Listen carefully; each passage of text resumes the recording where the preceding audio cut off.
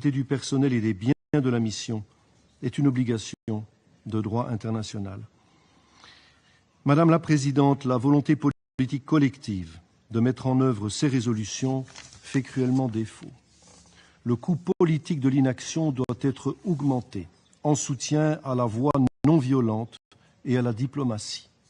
La Cour internationale de justice et l'Assemblée générale nous invitent à agir en ce sens. Nous devons dépasser les vérités parallèles qui sont présentées à ce Conseil, rompre avec le dialogue de sourds auquel nous assistons et nous devons travailler à une solution commune. Toute initiative entreprise en vue d'y donner forme, tout acteur disposé à y contribuer pourra compter sur le soutien actif de la Belgique. La conférence sur le Liban de la semaine dernière, ou l'Alliance pour la solution à deux États, en sont de bons exemples. La Belgique plaide également pour l'adoption de mesures restrictives visant ceux qui entravent la recherche d'une paix durable. En l'absence d'une solution politique, et je termine par là, l'UNRWA est un acteur indispensable, irremplaçable, colonne vertébrale d'une aide humanitaire désespérément nécessaire, facteur de stabilité pour toute la région et incarnation des droits légitimes des Palestiniens à l'autodétermination et au retour. La Belgique soutient résolument l'UNRWA. Elle condamne les mesures législatives adoptées par la Knesset et elle appuie pleinement la déclaration conjointe à ce sujet que vient de lire à l'instant l'ambassadeur d'Irlande. Nous connaissons tous les paramètres pour rendre possible une paix durable, Madame la Présidente.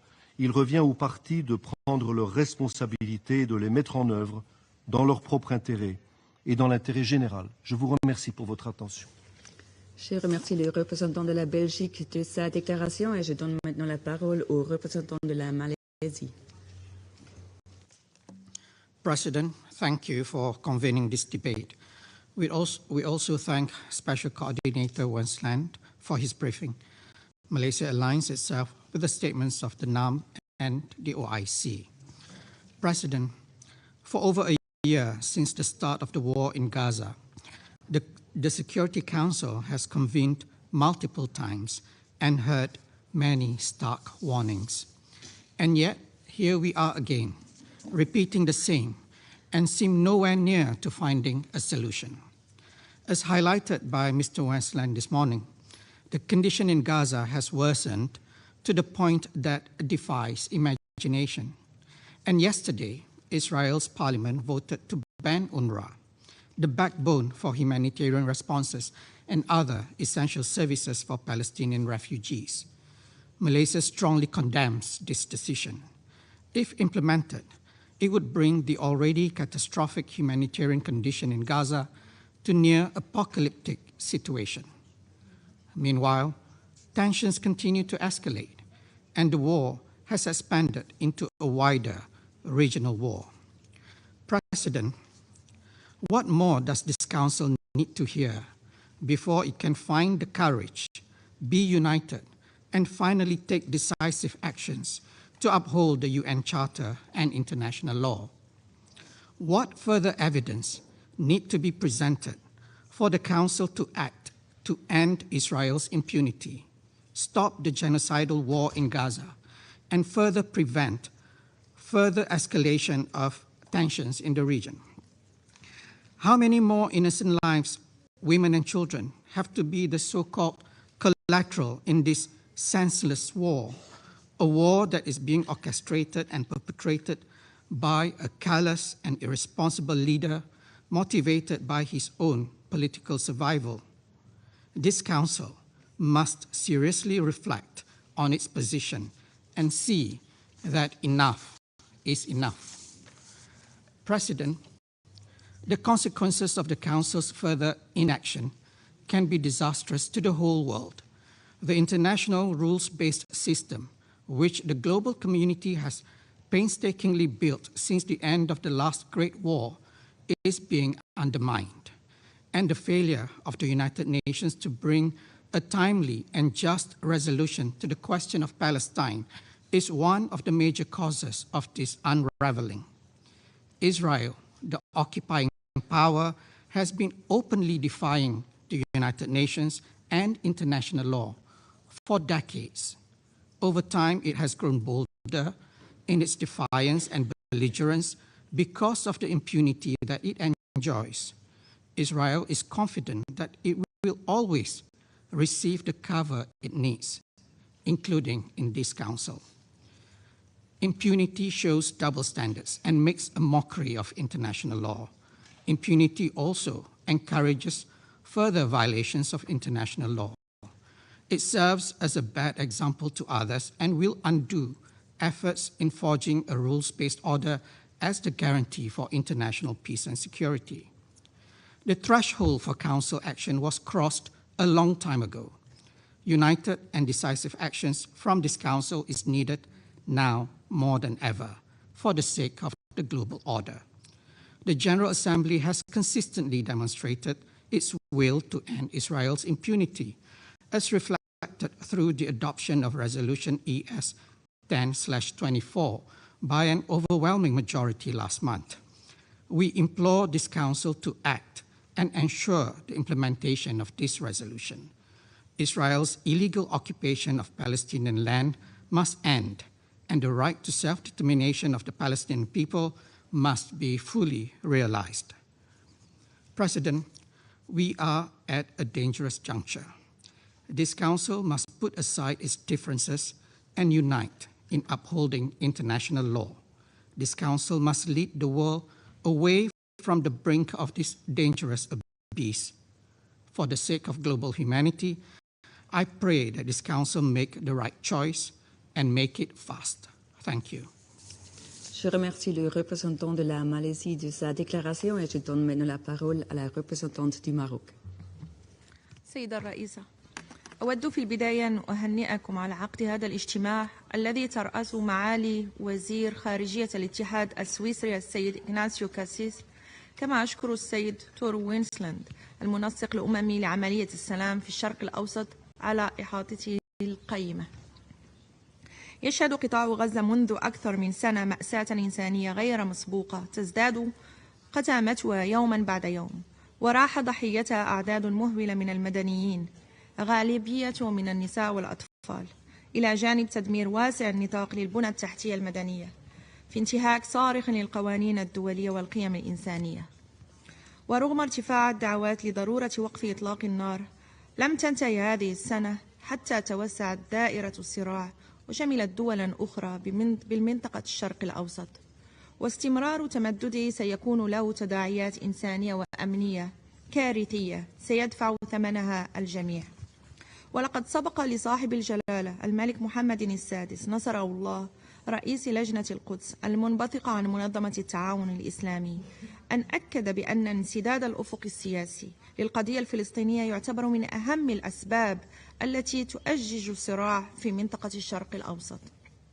السيد الرئيس، تكرر المملكة المغربية الدعوة بضرورة فرض الوقف الفوري والمستدام لإطلاق النار في قطاع غزة لإنهاء المعاناة الإنسانية، وضرورة ضمان حماية المدنيين وفقا للقانون الدولي والقانون الدولي الإنساني، وإطلاق سراح الأسرى والمحتجزين. كما تطالب المملكة المغربية المجتمع الدولي ومجلس الأمن بتسريع دخول وإيصال المساعدات الإنسانية للأشقاء الفلسطينيين في قطاع غزة بشكل آمن وكاف ومستدام وبدون عوائق، تنفيذا لقراري مجلس الأمن 2712 و 2720، وهو ما ساهمت فيه المملكة المغربية بشكل متواصل وكبير منذ اندلاع الأزمة الحالية، تنفيذا للتعليمات السامية لصاحب الجلالة الملك محمد السادس نصره الله رئيس لجنة القدس. كما تعرب المملكة المغربية عن مساندتها لوكالة الأونروا التي ظلت منذ 75 عاما قادرا على الاستمرار في أن تلعب دورا مهما في دعم التعليم والصحة والخدمات الاجتماعية لملايين من اللاجئين الفلسطينيين. وتؤكد المملكة المغربية على الدور المحوري والهام لوكالة الأونروا وعدم إمكانية أن تقوم أي وكالة أو جهة أخرى بالدور الذي تلعبه في خدمة اللاجئين الفلسطينيين وفي دول الجوار. السيد الرئيس، حدد صاحب الجلالة الملك محمد السادس نصره الله في الخطاب السامي لجلالته بمناسبة الذكرى 25 لعيد العرش المجيد رؤيته من أجل الخروج من هذه الأزمة، وذلك وفق المنظور التالي: أولا، إذا كان التوصل إلى وقف الحرب في غزة أولوية عاجلة، فإنه يجب أن يتم بموازاة مع فتح أفق سياسي كفيل بإقرار سلام عادل ودائم في المنطقة. ثانيا، إن اعتماد المفاوضات لإحياء عملية السلام بين الطرفين الفلسطيني والإسرائيلي يتطلب قطع الطريق على المتطرفين من أي جهة كانوا. ثالثا، إن إرساء الأمن والاستقرار بالمنطقة لن يكتمل إلا في إطار حل الدولتين تكون فيه غزة جزءا لا يتجزأ من أراضي الدولة الفلسطينية المستقلة وعاصمتها القدس الشرقية.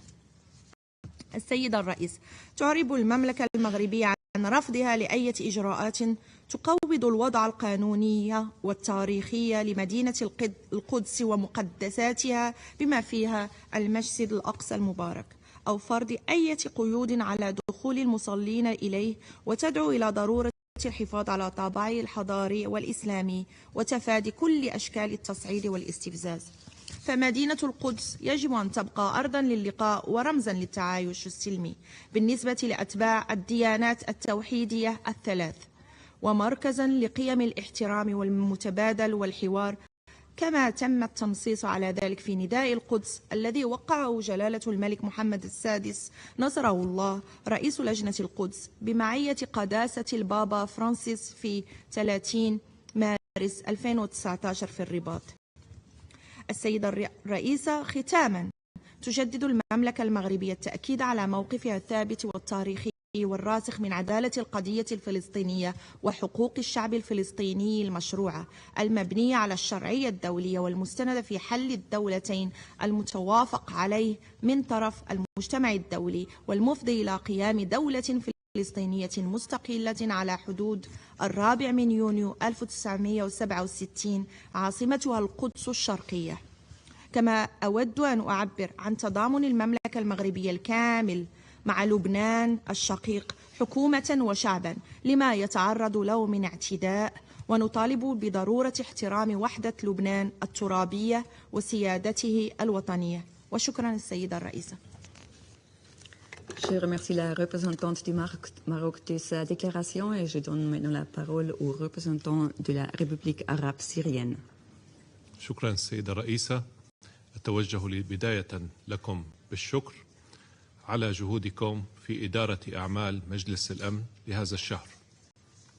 السيدة الرئيسة، يصادف اليوم ذكرى المجزرة الوحشية التي ارتكبتها العصابات الصهيونية بحق أهالي قرية الصفصاف الفلسطينية في العام 1948، والتي عبرت أحداثها الرهيبة عن عقلية الاحتلال الإسرائيلي ونهجه القائم على القتل والعدوان، وهو نهج يتواصل حاليا مع الأجيال الجديدة من مجرمي الحرب الإسرائيليين الذين اختاروا المضي في ممارساتهم الإجرامية الهمجية وانتهاك كل المعايير القانونية والإنسانية والأخلاقية.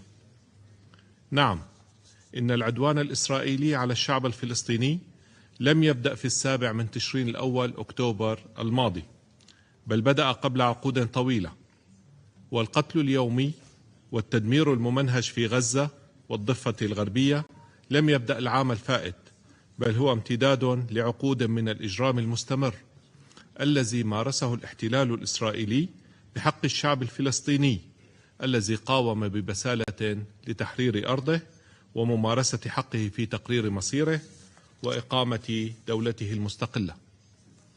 إن ما تقوم به إسرائيل من حملات مدانة ومرفوضة ضد الأمم المتحدة ووكالاتها وأمينها العام، وسعيها لترهيب ممثلي المنظمة وإسكاتهم واستهدافهم المتعمد بالقتل، ليس إلا شاهدا جديدا على استمرار النهج العدائي لكيان الاحتلال تجاه هذه المنظمة، وهو نهج بدأ قبل أكثر من 7 عقود مع اغتيال العصابات الصهيونية لأول وسيط للأمم المتحدة إلى فلسطين وهو الكونت فولك برنادوت في العام 1948.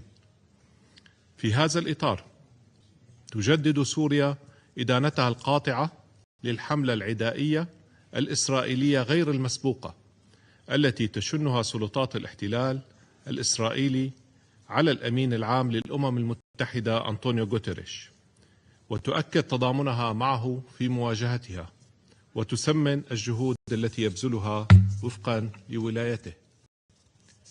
كما ترفض سوريا الإجراءات الأحادية التي يتخذها الكيان الإسرائيلي لتقويض وكالة الأونروا وحظر عملها داخل الأراضي الفلسطينية، والتي بلغت حد توصيفها على أنها منظمة إرهابية، وهو سلوك بالغ الخطورة وغير مسبوق لا يسيء للوكالة فحسب، وإنما للأمم المتحدة بأسرها كمنظمة دولية ومحفل عالمي جامع. تطالب سوريا بحماية الأونروا وولايتها المستمدة من الجمعية العامة للأمم المتحدة، وتوفير الدعم اللازم لها لتمكينها من مواصلة تقديم العون والخدمات الإنسانية للفلسطينيين في وطنهم الأم والدول المضيفة ومنها سوريا.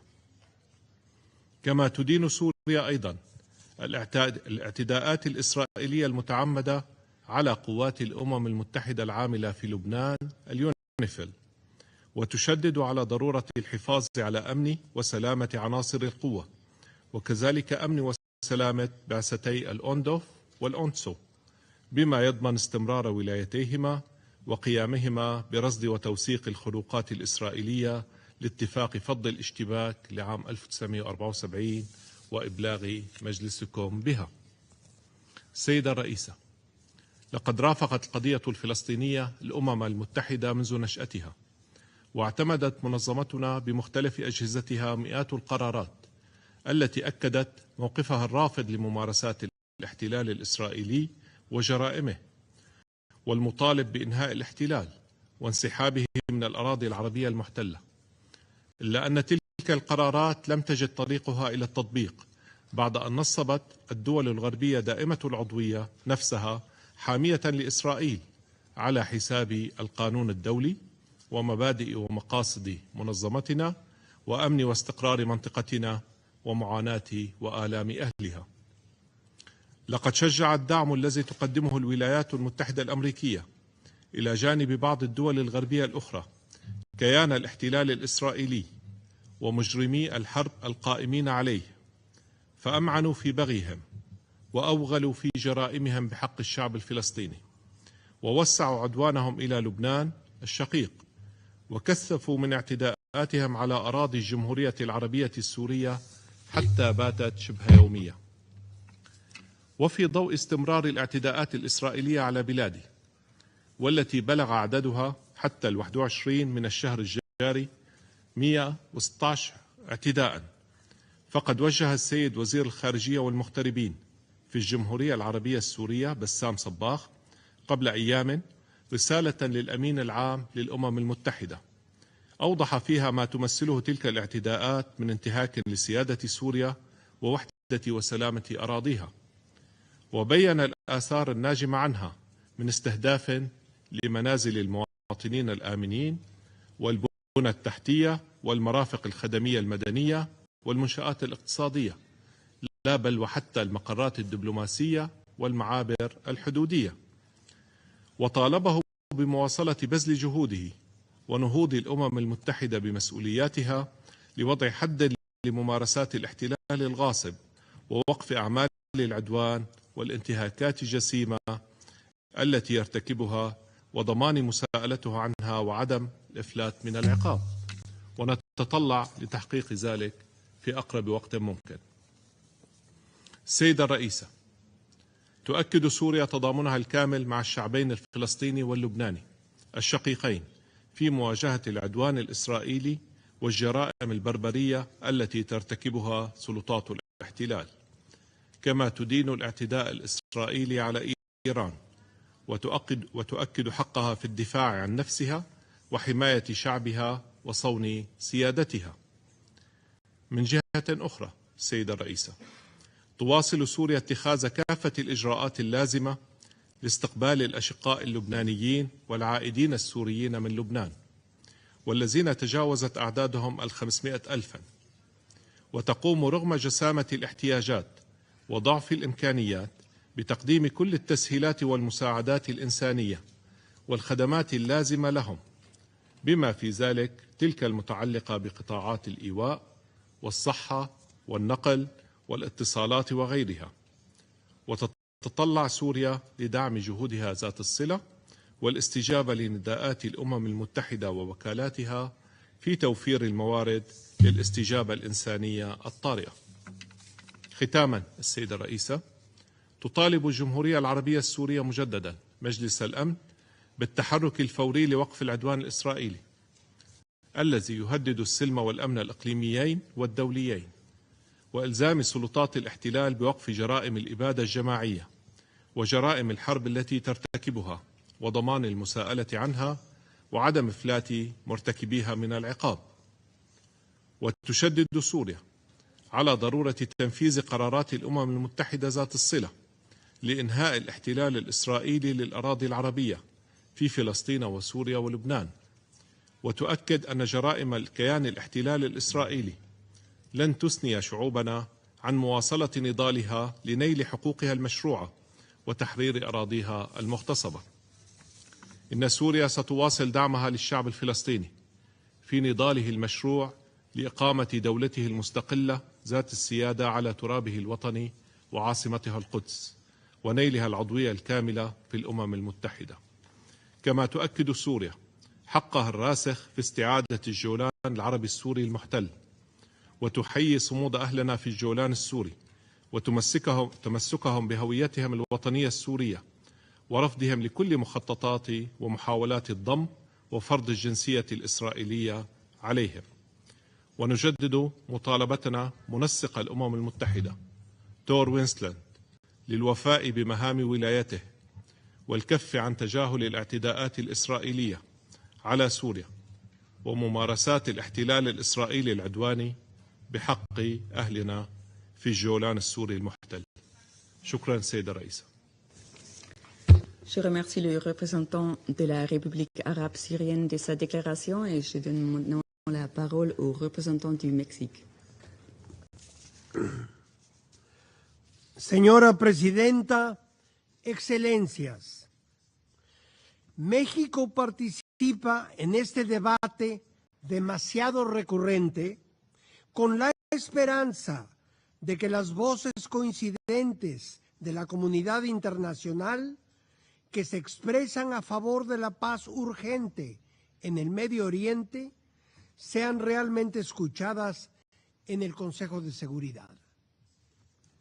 Desafortunadamente, la realidad nos muestra un momento crítico para la paz y, como consecuencia, la necesidad apremiante de actuar de manera colectiva a fin de generar estabilidad en dicha región. En primer lugar, mi país lamenta que, derivado de los condenables ataques perpetrados por Hamás contra la población israelí en octubre del año pasado, día tras día han aumentado las hostilidades desproporcionadas contra la población palestina. México reitera su posición sobre el conflicto palestino-israelí. La solución definitiva se alcanzará únicamente bajo la premisa de dos estados, misma que debe atender las preocupaciones legítimas de seguridad de Israel y que al mismo tiempo permita la consolidación de un Estado palestino viable política y económicamente, con fronteras internacionalmente reconocidas, de acuerdo con las reiteradas y no observadas resoluciones de las Naciones Unidas. Resulta alarmante que, a pesar de decisiones tomadas por este Consejo de Seguridad el flagelo de la guerra sigue presente y peor aún, que el número de muertos y desplazados alcance cifras devastadoras, que la asistencia y ayuda humanitarias sean cada vez más insuficientes y que el derecho internacional humanitario sea violado de manera flagrante. El ataque a elementos de la Fuerza Provisional de la ONU para el Líbano, la declaración del secretario general de la ONU como persona non grata y las posibles acciones contra la situación jurídica de la Agencia para los Refugiados de Palestina, UNRWA, son injustificables y ponen a prueba a las instituciones del sistema multilateral que fueron creadas precisamente para la preservación de la dignidad humana. Las actividades de UNRWA son vitales para la asistencia humanitaria en Palestina. México lamenta profundamente las recientes decisiones de las autoridades israelíes contrarias al derecho internacional humanitario y que impiden el cumplimiento del mandato de esa agencia de Naciones Unidas. México reitera su pleno respaldo a UNRWA y hace un llamado urgente a todas las partes en conflicto a respetar el derecho internacional humanitario. Señora Presidenta, mi país encomia los esfuerzos diplomáticos que continúan llevando a cabo algunos países para asegurar un cese al fuego en Gaza. A la vez, llamamos a la distensión y a poner fin a las acciones que pueden escalar hacia un conflicto regional de mayor amplitud y de consecuencias irreversibles. El Consejo de Seguridad no debe ser obstáculo para mayores esfuerzos que permitan alcanzar soluciones pacíficas y el respeto pleno del derecho internacional. Muchas gracias por su atención. Je remercie le représentant du Mexique de sa déclaration et je donne maintenant la parole au représentant des Émirats arabes unis. السيد الرئيس، أود في البداية أن أعرب عن تقديرنا لمعالي إغناسيو كاسيس لترأسه هذه الجلسة الهامة في ظل الظروف الخطيرة التي تمر بها المنطقة. كما نشكر السيد تور وينسلاند على إحاطته القيمة. وأضم صوتي إلى بيانات المجموعتين العربية والإسلامية وحركة عدم الانحياز. السيد الرئيس، في ظل الظروف الكارثية التي تمر بها غزة وبقية الأرض الفلسطينية المحتلة، تجدد دولة الإمارات المطالبة بوقف إطلاق النار وإدخال المساعدات بشكل عاجل وكامل ودون عوائق وعلى نطاق واسع، وإطلاق سراح الرهائن والمحتجزين. وتزداد هذه المطالب أهمية في ضوء التطورات الخطيرة التي يشهدها القطاع. ففي الأسابيع الأخيرة فقط أدت الهجمات الإسرائيلية إلى مقتل مئات المدنيين ونزوح أكثر من 60,000 شخص مجددا، وبات أكثر من 90% من السكان معرضين للانعدام الحاد في الأمن الغذائي جراء الانخفاض الشديد في دخول المواد الإنسانية والتجارية منذ سبتمبر. ونعرب عن عميق القلق إزاء تصريح وكيل الأمين العام للشؤون الإنسانية ومنسق الإغاثة في حالات الطوارئ بالإنابة السيدة جويس مسويا بأن سائر السكان في شمال غزة معرضين للموت. والتقارير حول تعرض المدنيين هناك للحصار والقتل والتجويع وتفريق الأسر. وتدين بلادي كافة هذه الانتهاكات الخطيرة بما في ذلك الهجوم على المستشفيات والاعتداءات المتواصلة على العاملين في المجال الإنساني والطبي. كما نعرب عن بالغ استيائنا لتأجيل المرحلة الأخيرة من حملة التطعيم ضد شلل الأطفال في شمال غزة، مما يشكل تهديدا إضافيا على حياتهم. ومع استمرارنا في مطالبة مجلس الأمن بالتحرك لإنقاذ المدنيين الأبرياء، فإننا نذكر الأطراف بضرورة الالتزام بتنفيذ ما جاء في القرارات الأربع التي اعتمدها هذا المجلس منذ بدء الحرب، والقرارات السابقة ذات الصلة، والامتثال لأحكام القانون الدولي بما في ذلك القانون الدولي الإنساني.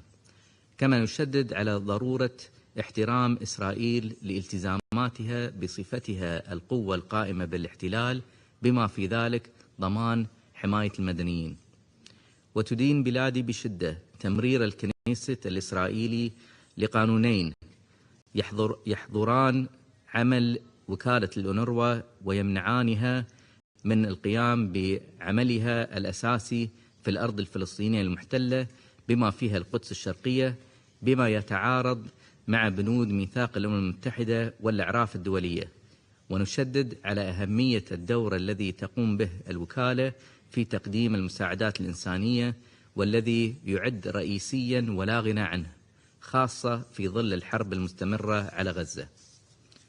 كما ندين السياسات والممارسات الإسرائيلية التي تقوض حل الدولتين وتهدد مستقبل السلام في المنطقة، بما في ذلك التوسع المستمر في بناء المستوطنات في الضفة الغربية، والذي يمثل انتهاكا صارخا للقانون الدولي وقرارات مجلس الأمن.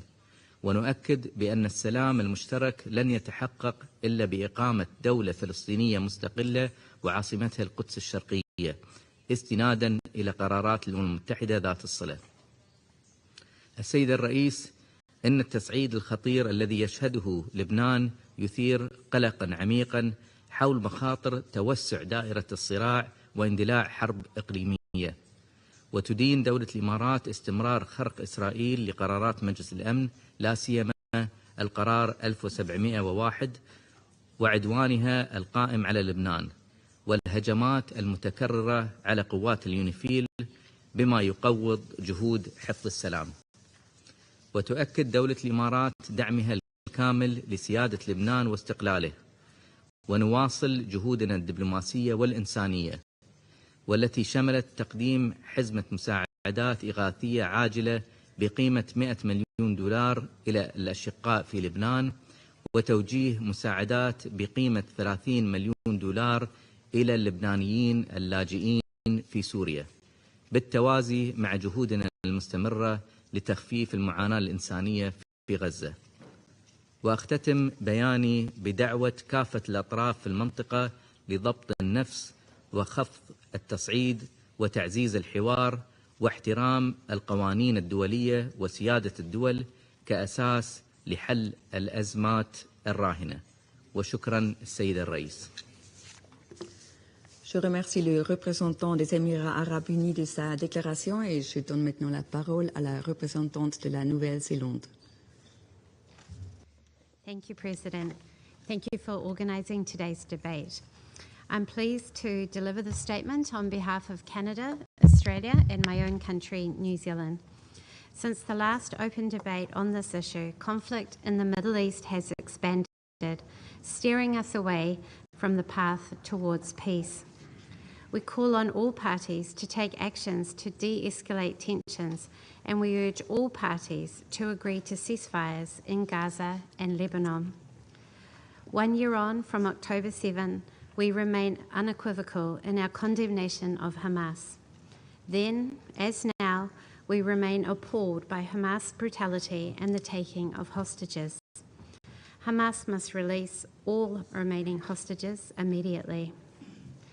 The death of Yahya Sinwar, the leader of the terrorist organisation Hamas, provides an opportunity to secure the immediate release of hostages and a ceasefire. We unequivocally condemn Iran's attack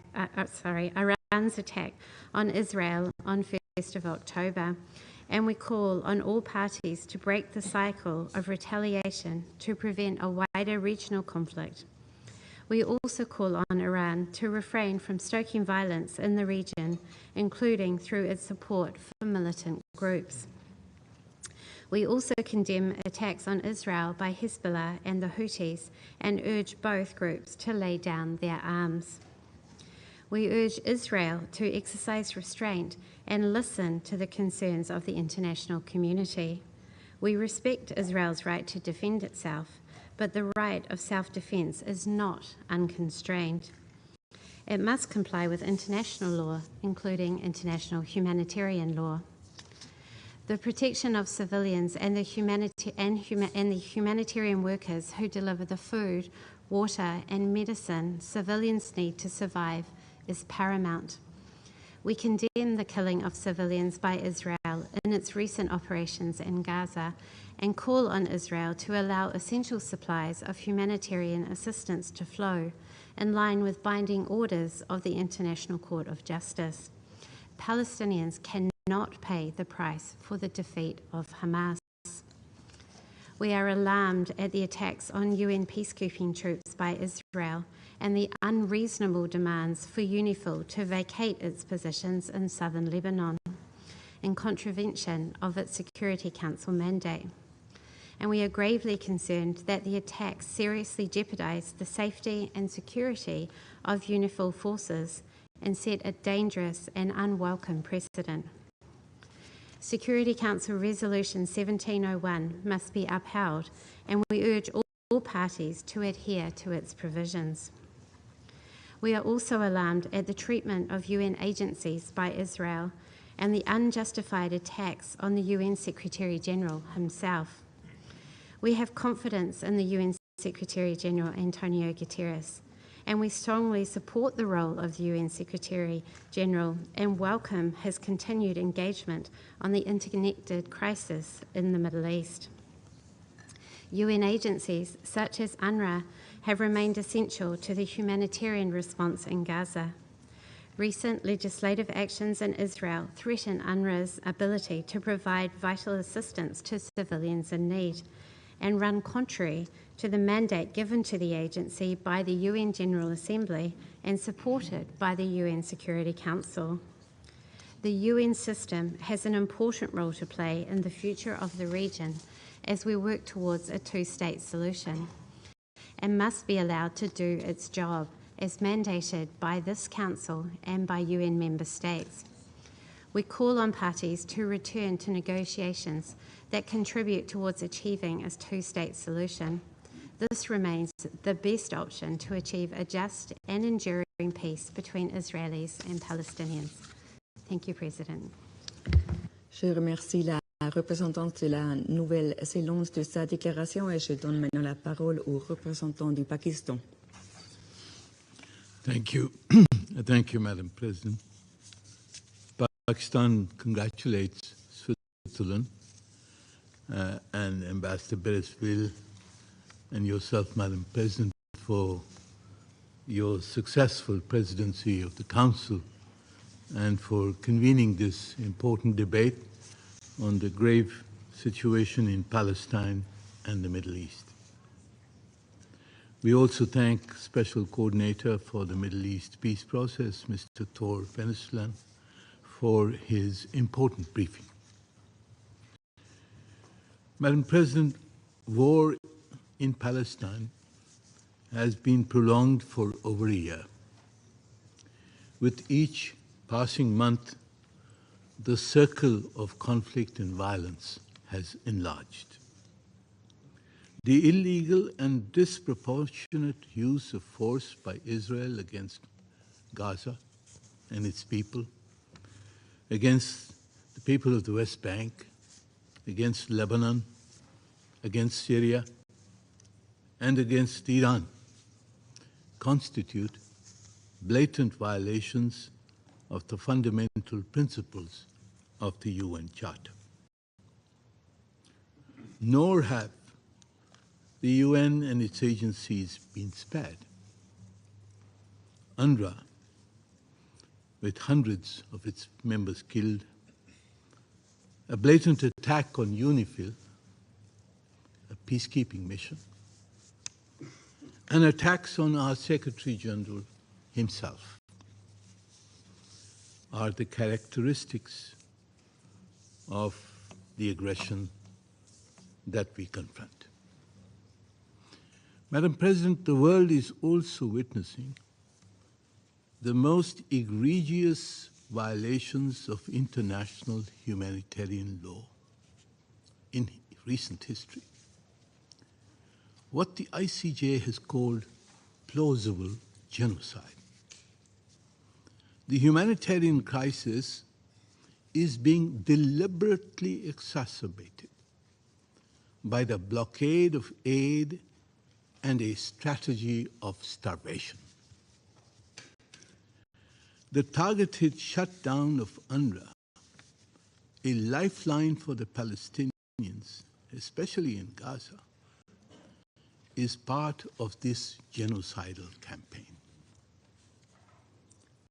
Madam President, clearly, this deliberate and inhuman aggression reflects the extremist agenda of Israeli leaders who are seeking to ensure their political survival by expanding the conflict, perpetuating occupation, and preventing a two-state solution.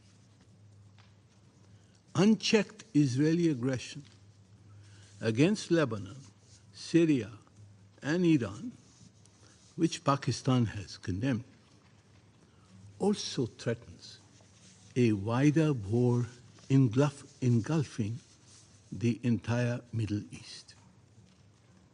Despite several Security Council and General Assembly resolutions calling for a ceasefire, despite binding orders from the International Court of Justice, despite the outcry by world public opinion, the international community has failed to halt the Israeli aggression.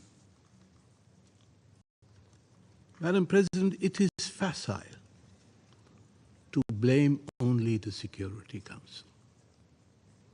The reasons for Israel's sense of impunity are self-evident. It is appalling that Israel continues to receive unimpeded weapon supplies to sustain its campaign of aggression and slaughter of innocents.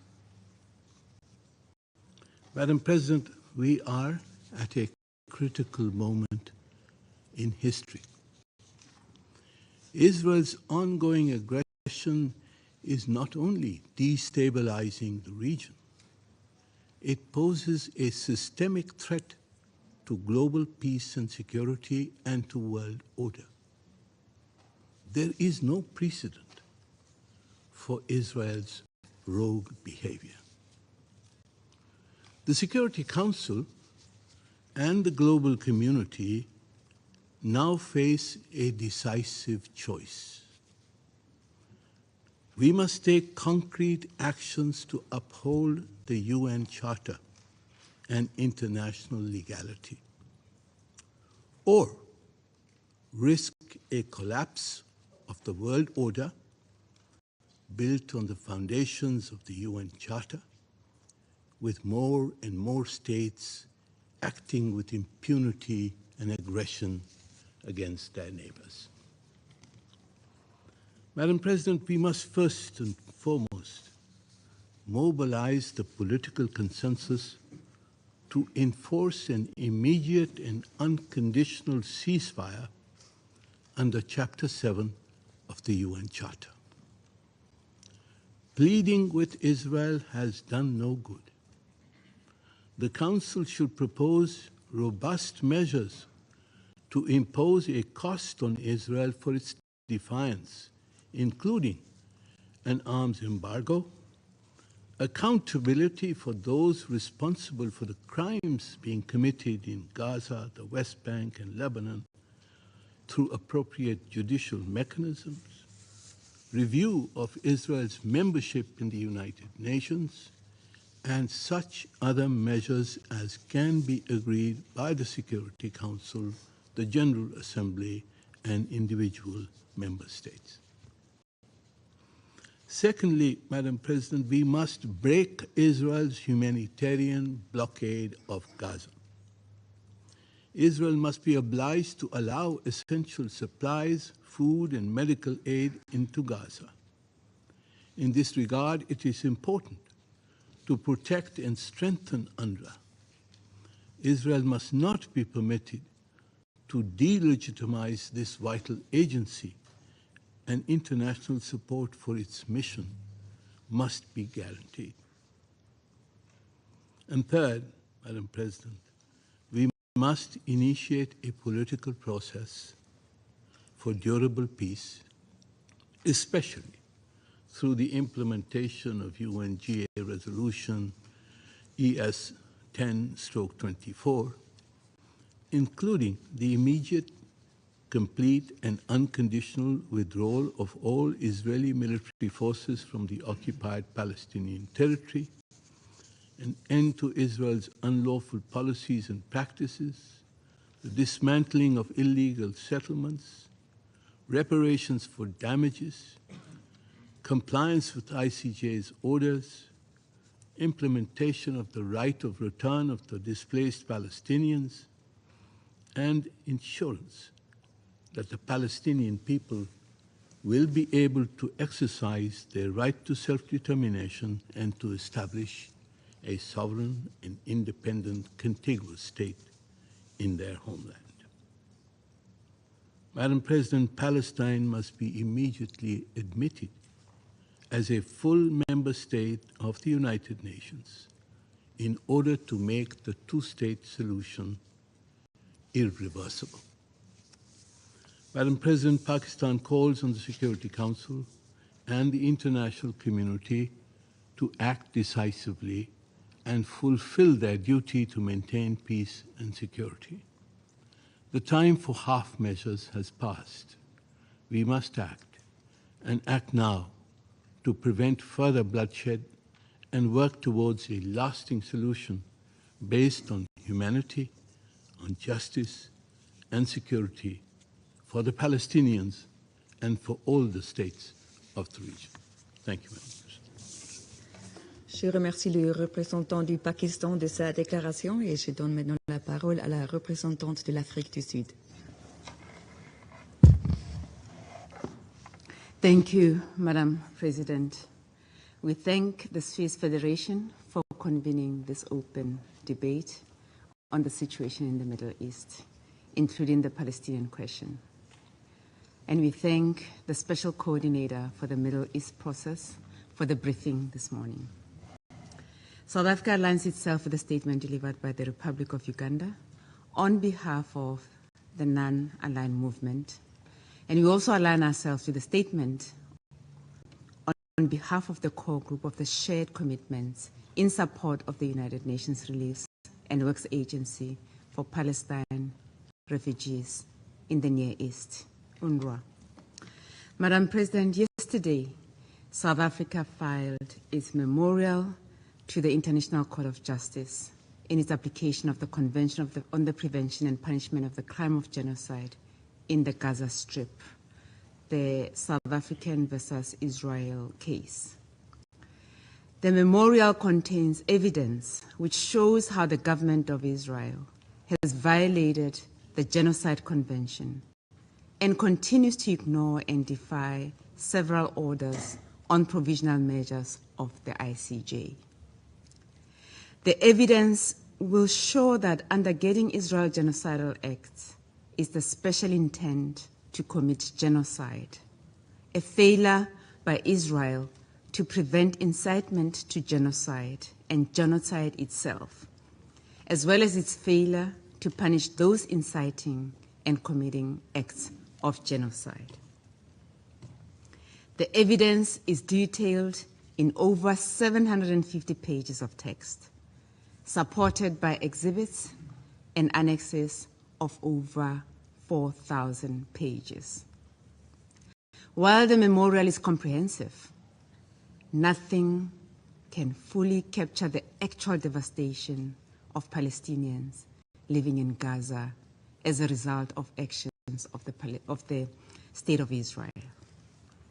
South Africa's memorial is once again a reminder to the global community to remember the people of Palestine, to stand in solidarity with them, and to stop the catastrophe, which has been possible only because Israel has failed to comply with its international obligations despite the orders of the ICJ and actions and interventions of numerous UN bodies. President, last week we commemorated the signing of the Charter of the United Nations 79 years ago.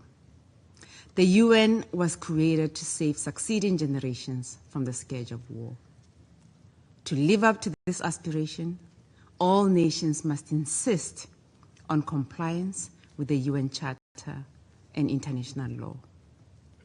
The action taken by South Africa and joined by other states is primarily to stop a genocide in Palestine peacefully, by holding Israel accountable in the institutions set up by the UN for this very purpose. Israel has effectively been granted unprecedented impunity to breach international law and norms, which has imperiled the institutions of global governance that were established to hold all states accountable. The recent developments in Palestine and the wider Middle East region are alarming.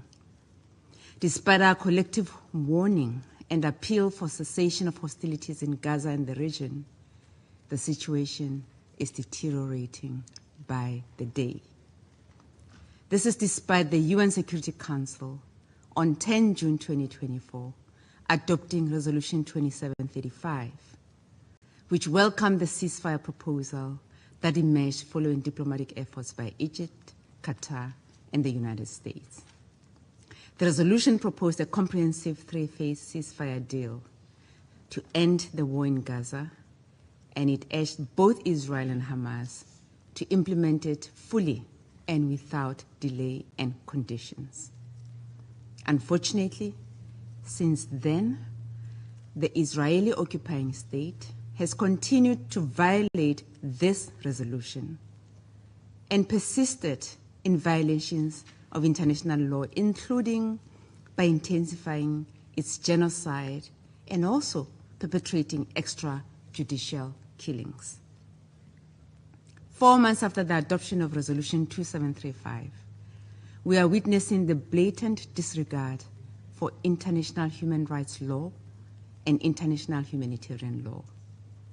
We are appalled by the continuing violence against Palestinians, as well as the shocking targeted attacks on schools and medical facilities sheltering Palestinians.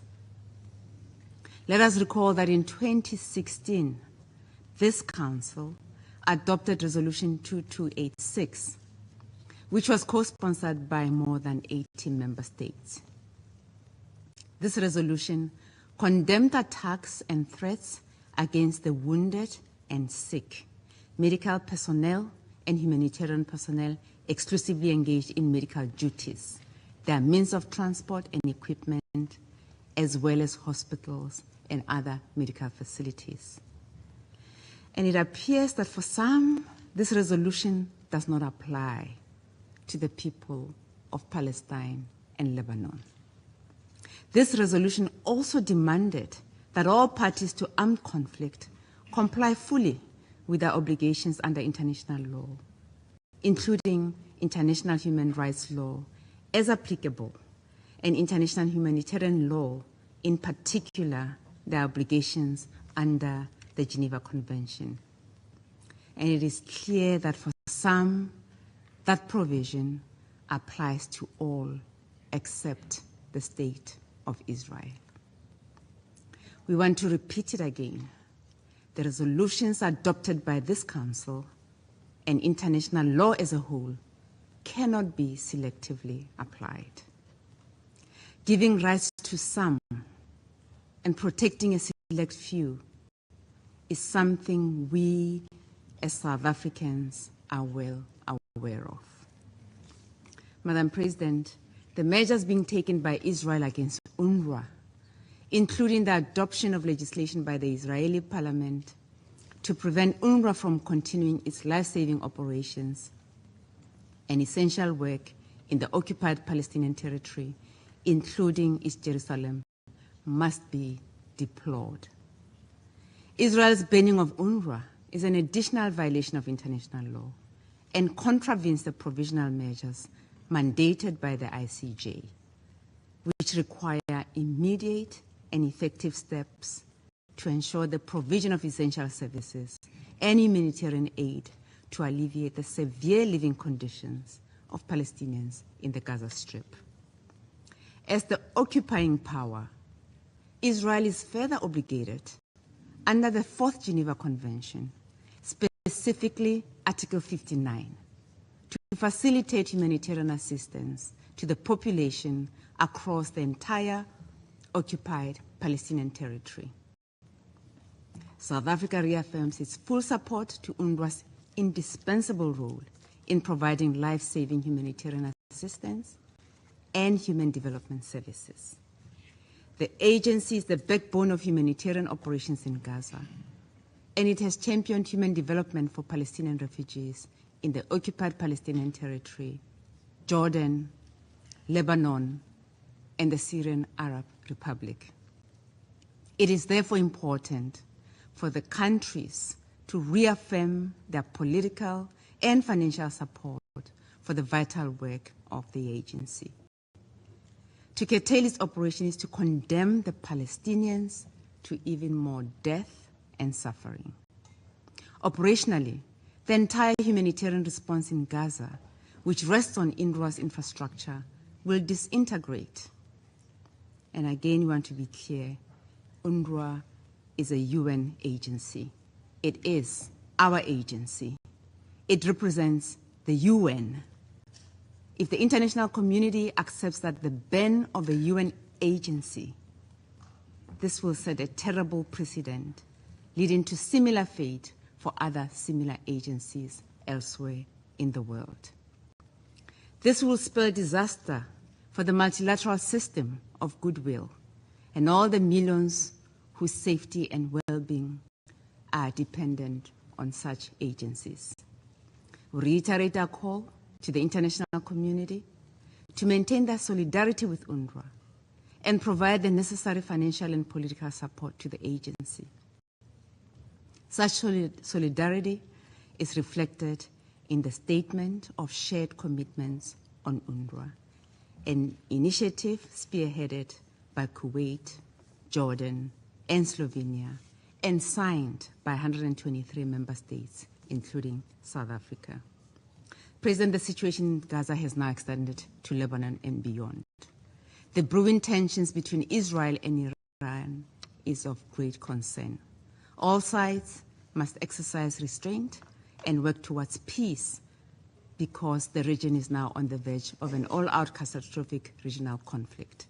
South Africa has continually stressed that irrespective of whether states believe that their use of force is lawful, it is never wise to resort to war, as inevitably it is ordinary people who suffer the most as a consequence of war.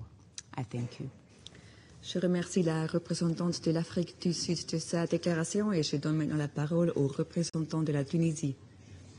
شكرا السيدة الرئيسة. أهنئ سويسرا على رئاستها الناجحة للمجلس لهذا الشهر وأشكرها على عقد هذا الاجتماع الدوري الهام. كما أشكر السيد تور وينسلاند على إحاطته وأجدد بهذه المناسبة دعم تونس وتقديرها للمساعي التي يبذلها الأمين العام للأمم المتحدة السيد أنطونيو غوتيريش من أجل وقف إطلاق النار في قطاع غزة ولبنان وخفض التصعيد في الشرق الأوسط. السيدة الرئيسة، بقدر ما نؤكد على أهمية مواصلة الجهود الدولية والأممية من أجل وضع حد لحرب الإبادة والممارسات العدوانية غير المسبوقة لقوات الاحتلال ضد الشعب الفلسطيني منذ أكثر من سنة، فإن السؤال الذي يطرح نفسه اليوم بعد عديد اجتماعات مجلس الأمن والجمعية العامة وما تم اعتماده من قرارات لم ينفذ أي منها، ماذا بعد؟ فنسق القتل والتدمير والتجويع والحصار وحجم المأساة الإنسانية الرهيبة في غزة فاق كل التوقعات، كما أن قوات الاحتلال ماضية في تحديها للإرادة الدولية واستهتارها بالقانون الدولي والقانون الدولي الإنساني وكل قرارات الشرعية الدولية بما فيها قرارات مجلس الأمن، حيث تمادت في توسيع نطاق العدوان وعملياتها العسكرية ضد لبنان وسوريا وإيران، وهو ما يضع المنطقة أمام أسوأ الاحتمالات ويمثل تهديدا جديا للأمن والسلم الدوليين. وبالموازاة مع ذلك وتكريسا لسعيها إلى تعميق معاناة ملايين اللاجئين والمهجرين، قامت سلطات الاحتلال باعتماد قرار يمنع وكالة الأونروا من القيام بمهامها في تحد صارخ لكل المواثيق الدولية والإنسانية، وهو إجراء ندينه بأشد العبارات. من غير المقبول أن يتواصل صمت المجتمع الدولي على هذه الجرائم والممارسات العدوانية، وأن يقف عاجزا أمام تفاقم معاناة الفلسطينيين في غزة وبقية الأرض الفلسطينية المحتلة، وعمليات التهجير المتكررة والقتل الممنهج ومنع المساعدات الإنسانية واستهداف الطواقم الطبية وفرق الإسعاف والإغاثة وموظفي الأمم المتحدة. لقد طالبت تونس منذ بداية العدوان المجموعة الدولية ومجلس الأمن بتحمل مسؤولياتها في فرض وقف لإطلاق النار وتنفيذ القرارات الأممية ومساءلة سلطات الاحتلال على جرائمها وممارساتها، غير أن شيئا من ذلك تحقق، وهو ما شجع هذه السلطات على الإمعان في الاستهتار بالقانون الدولي ومواصلة عملياتها التي أسفرت إلى حد الآن عن سقوط أكثر من 150 ألفا بين شهيد وجريح أغلبهم من الأطفال والنساء، وتهجير أكثر من 2,000,000 فلسطيني، وتدمير كل مرافق الحياة، وإشعال فتيل الحرب الإقليمية في المنطقة، علاوة على تواصل الممارسات الإجرامية للمستوطنين وقوات الاحتلال في الضفة الغربية. وفي هذا السياق نجدد السؤال عما يجب أن يحدث أكثر مما حدث، وما هي الجرائم والانتهاكات التي ما زالت القوة القائمة بالاحتلال لم تقم بها حتى تتخذ المجموعة الدولية موقفا حازما وحاسما بعيدا عن الحسابات السياسية وازدواجية المعايير، يضع حدا لكل الممارسات العدوانية للاحتلال وينهي معاناة الشعب الفلسطيني والتصعيد الجاري في المنطقة، وينتصر لمبادئ الحق والعدل وحقوق الإنسان والقانون الدولي ومقاصد ميثاق الأمم المتحدة، ويحاسب سلطات الاحتلال على جرائمها. السيد الرئيس، تؤكد تونس تضامنها المطلق ووقوفها إلى جانب لبنان الشقيق في مواجهة الاعتداءات الوحشية لجيش الاحتلال على أراضيه وفي الدفاع عن أمنه وسيادته الوطنية، كما تدين الاعتداءات على قوات حفظ السلام الأممية اليونيفيل. كما تعرب تونس عن تضامنها مع الجمهورية العربية السورية الشقيقة في ظل هجمات جيش الاحتلال المتكررة على الأراضي السورية وانتهاك سيادتها، وتحذر بلادي من العواقب الوخيمة لاعتداءات قوات الاحتلال على الأراضي الإيرانية وسعيها إلى الزج بالمنطقة في حرب إقليمية مدمرة. في الختام نجدد موقف تونس الثابت والمبدئي الداعم للشعب الفلسطيني الشقيق في صموده ضد الاحتلال وحرب الإبادة التي يتعرض لها، وفي نضاله من أجل استرداد حقوقه المشروعة التي لن تسقط بالتقادم ولا العدوان ولا التجويع، وفي مقدمتها حقه في تقرير المصير وإقامة دولته المستقلة ذات السيادة الكاملة على كل أرض فلسطين وعاصمتها القدس الشريف. وندعو إلى تضافر الجهود من أجل وقف فوري لإطلاق النار في قطاع غزة وفي لبنان، وضمان الحماية للمدنيين وتسريع إيصال المساعدات الإنسانية دون إعاقة ووقف إمداد قوات الاحتلال بالذخائر والأسلحة. شكرا سيد الرئيس. Je remercie le représentant de la Tunisie de sa déclaration et je donne maintenant la parole à son Excellence Monsieur Stavros Lambrinidis, chef de la délégation de l'Union européenne auprès de l'Organisation des Nations Unies. Thank you, Madam President. I have the honor to speak on behalf of the European Union and its member states. The candidate countries North Macedonia, Montenegro, Albania, the Republic of Moldova, Bosnia and Herzegovina, as well as Andorra and San Marino, align themselves with this statement. The European Union is deeply alarmed, Madam President, by the dramatic military escalation in the Middle East and the risk this represents for the entire region. We call again on all parties to exercise the utmost restraint, put an end to all hostilities immediately, and fully abide by international law, including international humanitarian law. We are fully committed to working towards de-escalation and support all efforts in this direction, as well as to scaling up our significant humanitarian assistance. We urge the international community to increase its humanitarian aid as well, given the massive needs. The EU reiterates its call for an immediate ceasefire in Gaza, the unconditional release of all hostages, the urgent improvement of access and sustained distribution of humanitarian assistance at scale throughout Gaza, and an enduring end to hostilities in line with UN Security Council Resolution 2735. To this end, we support the mediation efforts of Egypt, Qatar, and the United States.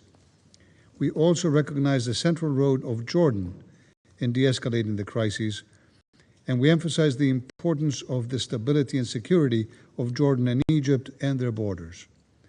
We deplore the unacceptable number of civilian casualties, especially women and children, in Gaza and the West Bank, as well as the catastrophic levels of hunger and imminent risk of famine caused by the insufficient entry of aid into Gaza.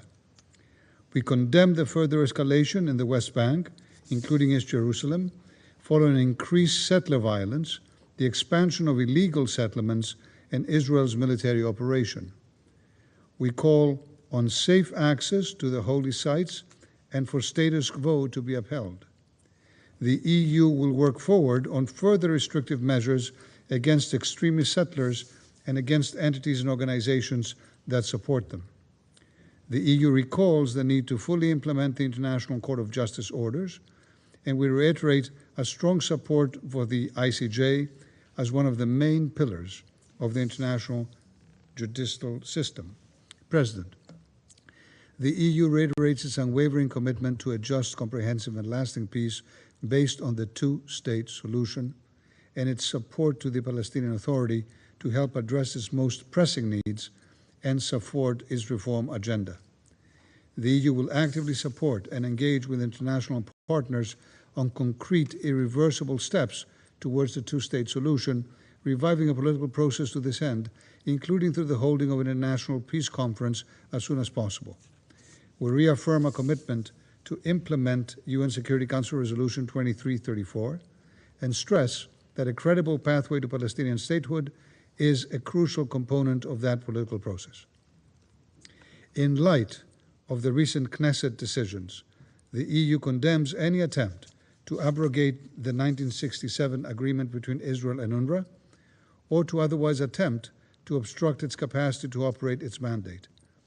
We stress the essential role of the UN and its agencies, notably UNRWA, which provide crucial support to the civilian population, both in Gaza and the wider region. Continued implementation of the UNRWA Action Plan is key. The EU condemns once again, in the strongest possible terms, Hamas's brutal terrorist attacks on Israel on 7 October 2023, and stands with the families of the victims and the hostages taken by Hamas. We condemned in the strongest terms the Iranian attacks on Israel on 1 October 24 and Iran's seriously destabilizing actions throughout the Middle East through terrorist and armed groups, including the Houthis, Hezbollah, and Hamas, which constitute a serious threat to regional stability. The EU reiterates Israel's right to defend itself in line with its obligations under international law, including international humanitarian and human rights law, in all circumstances, and the European Union's commitment to Israel's security and to regional stability. We also stress again that international humanitarian law must be respected by all parties, and the dangerous cycle of attacks and retaliations must end. Now, Madam President, we are gravely concerned by the military escalation in Lebanon and deplore the unacceptable number of civilian casualties, the forced displacement caused by escalating violence, and the persistent use of military force. We recall the need to ensure that civilians are protected at all times, that civilian infrastructure is not targeted, and that international law is respected. Rocket attacks by Hezbollah must stop. Lebanon's sovereignty and territorial integrity must be respected. We reinstate a strong support for the state institution of Lebanon, including the Lebanese armed forces. The EU calls on all partners of Lebanon to contribute to strengthening the Lebanese armed forces and reaffirms the Union's readiness to facilitate international coordination of such efforts as appropriate. We call on an immediate ceasefire across the Blue Line and for full and systematic and symmetrical implementation of UN Security Council Resolution 1701. We call on all partners to respond to the growing humanitarian crisis in Lebanon and continue to provide support to the people affected, including refugees, internally displaced people, and host communities. The EU welcomes the mobilization of the international community at the International Conference in Support to the People and Sovereignty of Lebanon, held in Paris on 24 October 2024. We condemn the attacks against the United Nations Interim Force in Lebanon, UNIFIL, which left several peacekeepers wounded. Such attacks constitute a grave violation of international law, are totally unacceptable, and must stop immediately. The EU recalls that all actors have an obligation to take necessary measures to ensure the safety and security of UN personnel and property, and to respect the inviolability of UN premises at all times. We support the fundamental stabilization role of UNIFIL in southern Lebanon and call on all parties to protect and support UNIFIL's important mission. The EU urges all parties to fully uphold their obligations to guarantee the safety and security of UNIFIL personnel at all times and to allow UNIFIL to continue to implement its mandate. Let me reiterate, Madam President, the European Union's full support to the UN Secretary General, stressing that nowhere should the UN Secretary General be declared persona non grata. The EU reaffirms its unwavering commitment to the rules-based international order with the United Nations and the Charter at its core. And in closing, allow me to turn quickly to the situation in Syria. The fundamental political rationale of our position on Syria has not changed. We strongly call on the regime to engage in the implementation of UNHCR 2254 and under the auspices of UN Special Envoy Pedersen. In this regard, we deplore the obstruction to the political process by the regime, together with its allies Russia and Iran, and the regime's continued attacks, including in densely populated areas in several parts of Syria. The EU stands firmly as the main humanitarian donor and reiterates its continued support to the Syrian people, as we have so far done, including through the organization of the annual Brussels Conference on supporting the future of Syria and the region. The full EU statement is available online. Thank you, Madam President.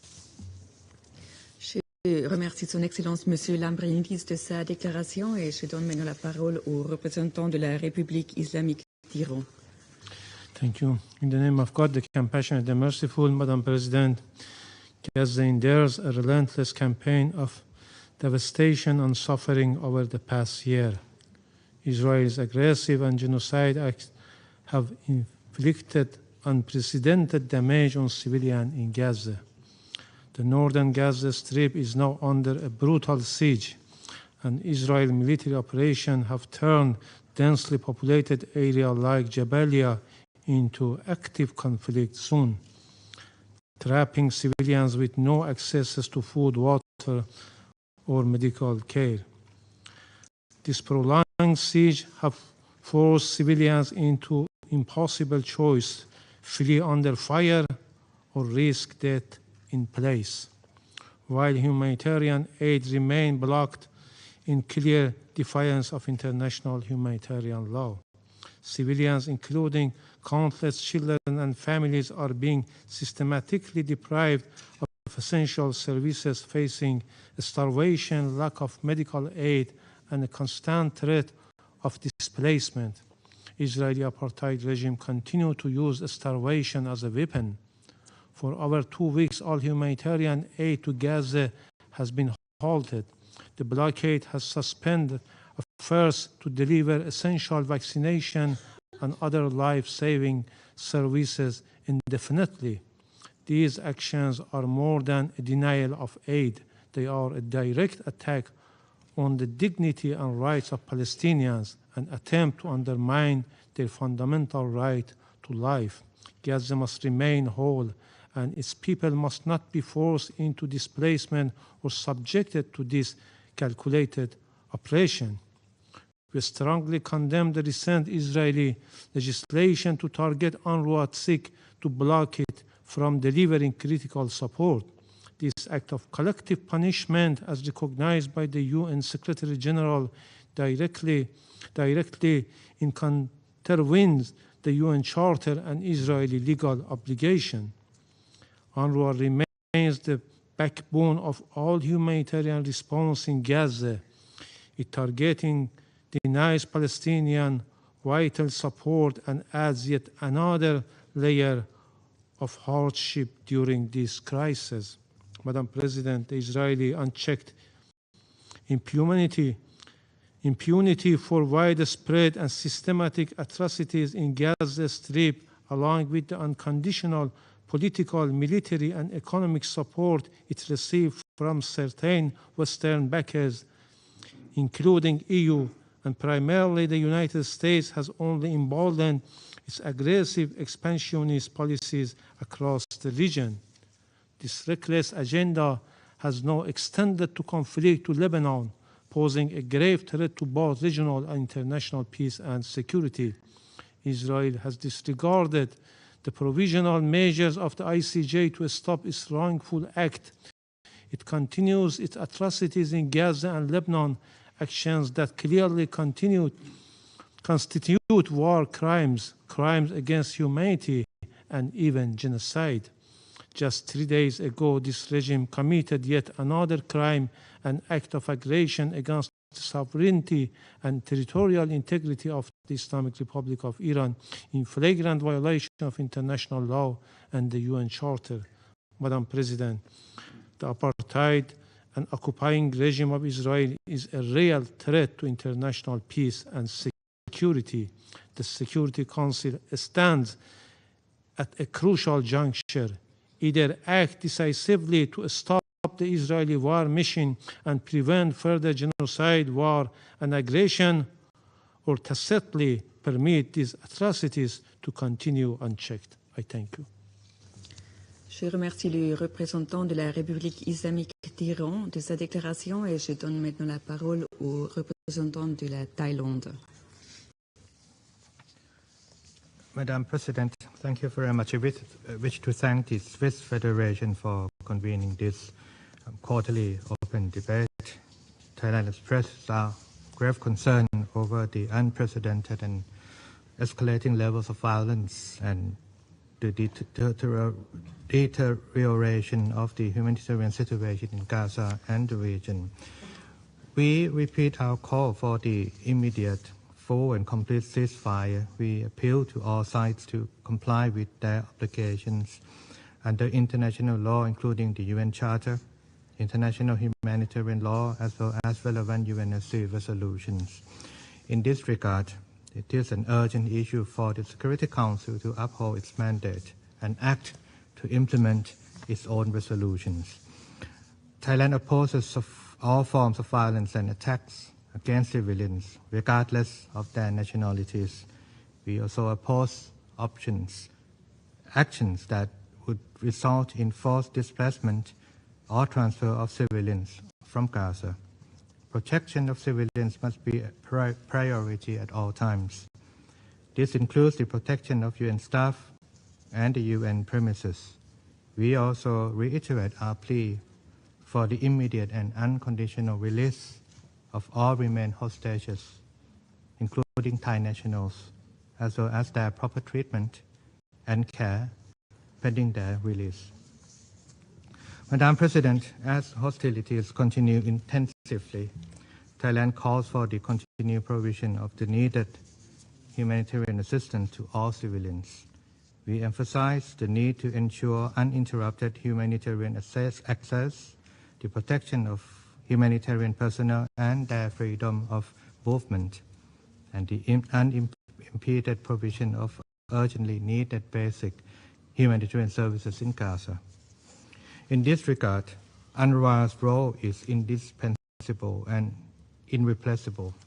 It is the backbone of aid response to generations of Palestinians in Gaza and the wider region. It is a pillar of regional stability. Thailand commends the agency's unwavering dedication to fulfill its mandate with the principles of neutrality, impartiality, and independence. We echo the Member States' concern of the serious humanitarian, political, and security risks that would result from any interruption of suspension of its irreplaceable work. Madam President, at a time of heightened tension, Thailand is alarmed of threats and dangers posed toward UN personnel, including peacekeepers, as well as its premises.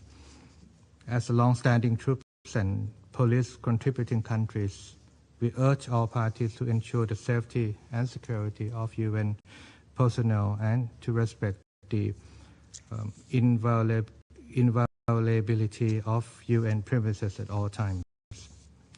Thailand adheres to the fundamental principle of the UN Charter and emphasizes a vital role of the Secretary General in advancing the purposes of the UN in pursuit of international peace and security, including the lasting peace in the Middle East.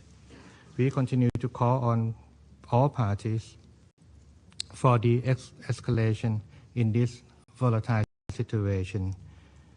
Thailand reaffirms our support for genuine dialogue to find a mutually agreed, peaceful solution to the issue, in accordance with the two-state solution, by which the states of Israel and Palestine live side by side in peace and security, within secure and recognized borders, and inconsistent with relevant Security Council resolutions. Thank you, Madam President. Je remercie le représentant de la Thaïlande de sa déclaration et je donne maintenant la parole au représentant de l'Espagne. Gracias, señora presidenta. Ha pasado ya más de un año desde los brutales ataques terroristas de Hamas contra Israel y España renueva su apoyo a las familias de las víctimas y los rehenes secuestrados por Hamas. La violencia regional, especialmente tras el inicio de la ofensiva terrestre de Israel en Líbano y los ataques cruzados entre Israel e Israel, han cambiado la situación en la región. Estamos profundamente alarmados por la dramática escalada militar y por el riesgo que representa para toda la región e instamos a todas las partes a que actúen con la máxima contención y pongan fin a todas las hostilidades de inmediato. El sufrimiento de la población civil en Gaza, que ya ha superado las 43.000 víctimas mortales y el largo cautiverio de los rehenes, es insoportable. Los recientes ataques sobre hospitales y escuelas en toda la franja demuestran que no hay ningún lugar seguro para los civiles en Gaza. España condena con la máxima firmeza tales actos injustificados de violencia deliberada y exige el cumplimiento inmediato de las medidas provisionales dictadas por la Corte Internacional de Justicia. Un alto el fuego permanente sigue siendo la clave para la desescalada regional y el único medio para aliviar el sufrimiento de la población civil en Gaza. Con la entrada rápida, masiva e ininterrumpida de ayuda humanitaria y la liberación segura e inmediata de los rehenes, de acuerdo con la resolución 2735 del Consejo de Seguridad de las Naciones Unidas.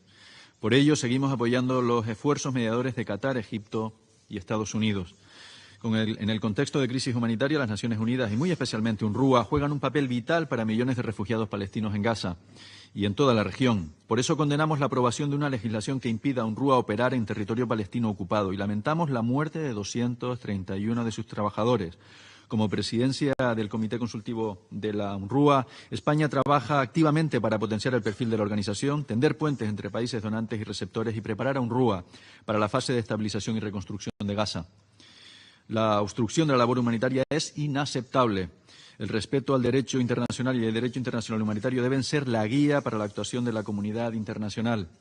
El día después del fin de las hostilidades será fundamental para avanzar hacia la estabilización y la reconstrucción.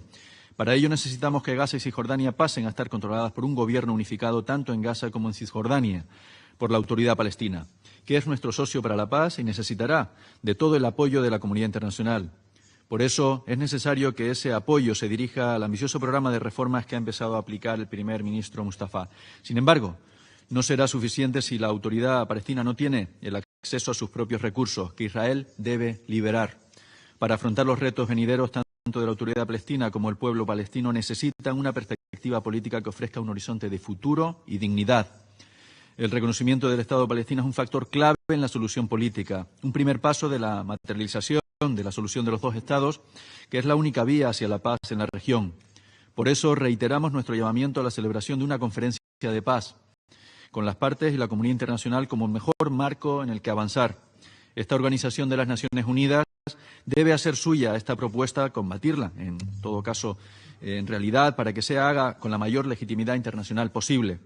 La próxima reunión de la Alianza Global, mañana en Riyadh, nos ofrece una oportunidad para implementar la solución de los dos Estados y encontrar fórmulas concretas para avanzar hacia una paz justa y duradera en la región. Nos preocupa el aumento de la violencia en Líbano y el número de víctimas civiles y desplazados. Urge un alto al fuego que permita la implementación íntegra de la resolución 1701 del Consejo de Seguridad, que incluye los elementos necesarios para una solución a largo plazo. La soberanía del Líbano debe ser respetada. España ha condenado los ataques contra zonas densamente pobladas del Líbano, al igual que hemos condenado en repetidas ocasiones los ataques de Hezbolá contra Israel. Hemos movilizado 5 millones de euros de ayuda humanitaria en 2024, de los cuales 1,6 millones de euros en las últimas semanas. 2 envíos de ayuda han ayudado a Beirut con 12 toneladas de material médico y sanitario. Los ataques contra las operaciones de mantenimiento de la paz son una violación al derecho internacional. Condenamos los ataques contra UNIFIL y exigimos a las partes que cumplan con sus obligaciones y garanticen la seguridad de todo su personal. Bajo mando del teniente general español Haroldo Lázaro, UNIFIL trabaja en un contexto muy complejo desde hace un año para evitar una escalada mayor de las tensiones. Nos preocupan también los ataques contra las Fuerzas Armadas libanesas, que no deben verse arrastradas al conflicto. Tienen un papel crucial para la estabilidad del Líbano, que debe ser preservado, y España mantendrá su apoyo a través de UNIFIL y de manera bilateral. No existe una alternativa militar a la solución política del conflicto. Apoyamos los esfuerzos de Estados Unidos y Francia para lograr un acuerdo político entre Israel y Líbano, que pasa necesariamente por la aplicación íntegra de la resolución 1701. Estamos dispuestos a apoyar mecanismos adicionales de implementación que permitan alcanzar ese objetivo, pero en última instancia corresponde a las partes implementar la resolución. Cualquier cambio que afecte al mandato de UNIFIL debe ser planteado en estrecha coordinación con los países contribuyentes de tropas. Muchas gracias, señora presidenta.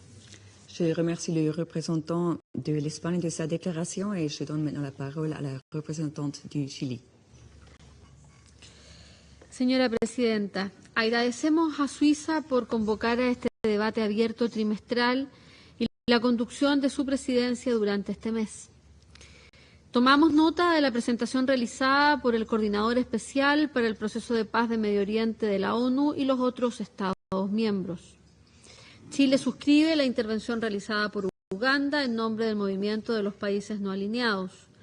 Reiteramos que Chile promueve la solución de los dos Estados y el derecho de Israel y Palestina a vivir en armonía dentro de fronteras internacionales seguras y reconocidas y con total respeto a los derechos humanos de todos sus habitantes. Reafirmamos nuestro apoyo al Estado de Palestina para que sea miembro de pleno derecho de las Naciones Unidas.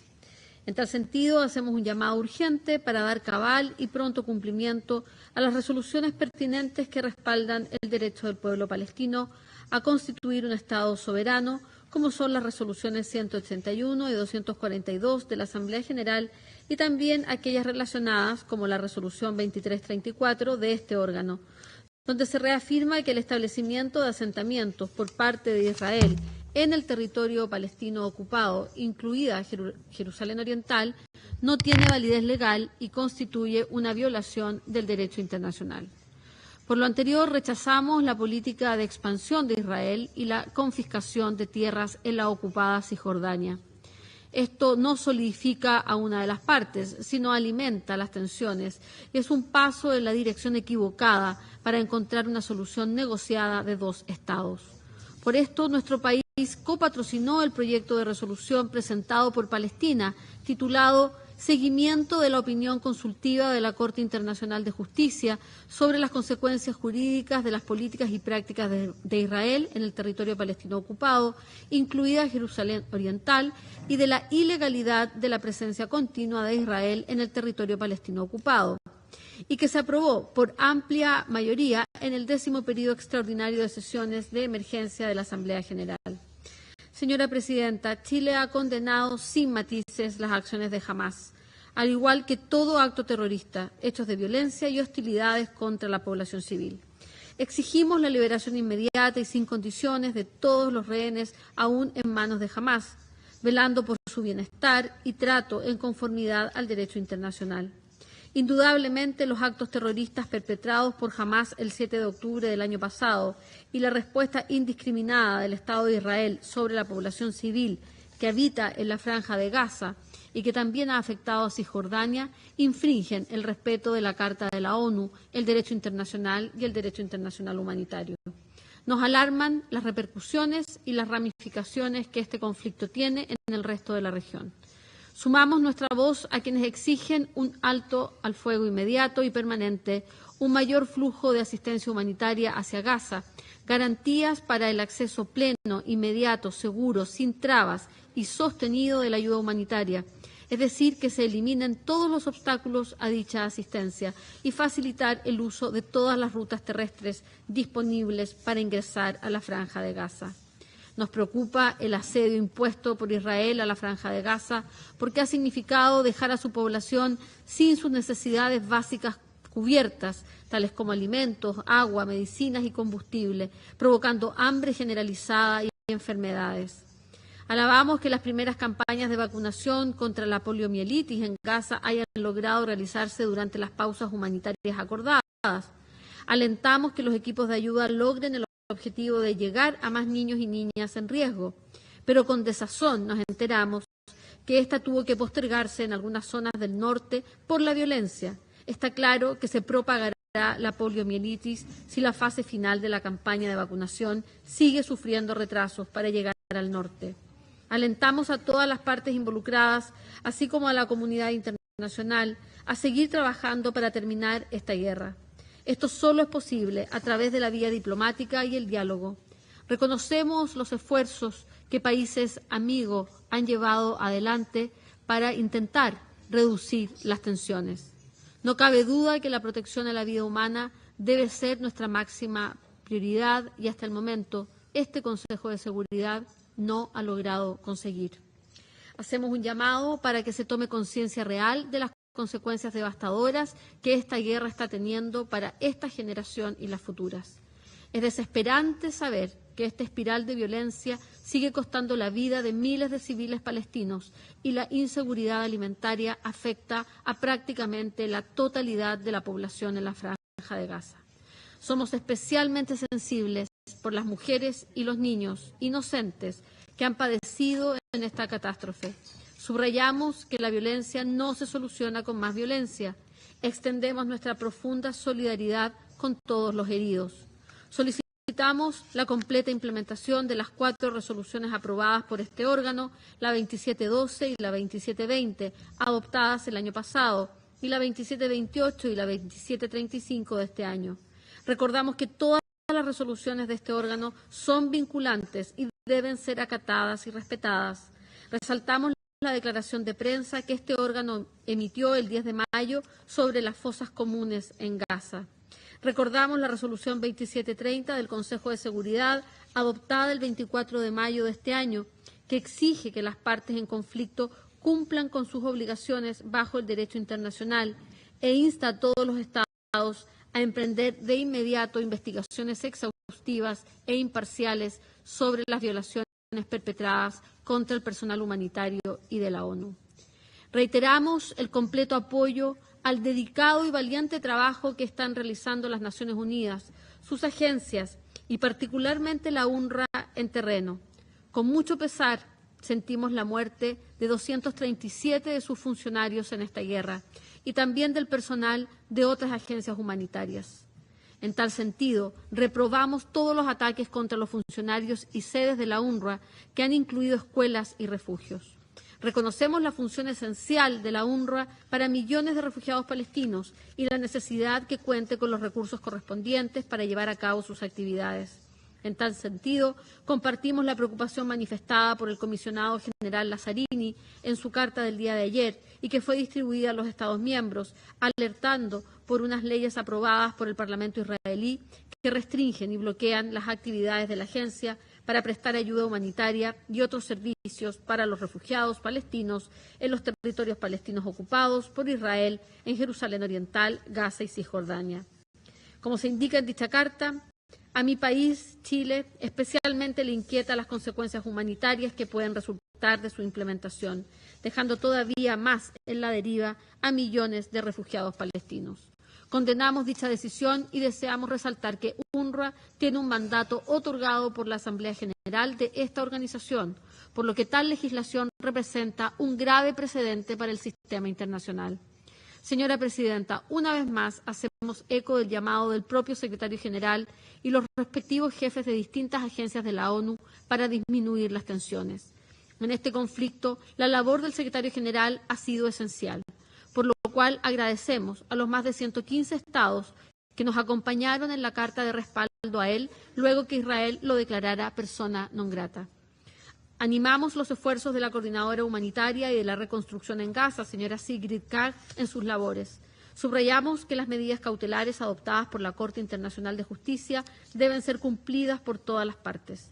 El jueves 12 de septiembre, Chile presentó ante la Corte Internacional de Justicia su escrito de intervención en el marco de la demanda presentada por Sudáfrica contra Israel sobre la aplicación de la Convención para la Prevención y la Sanción del Delito de Genocidio en la Franja de Gaza.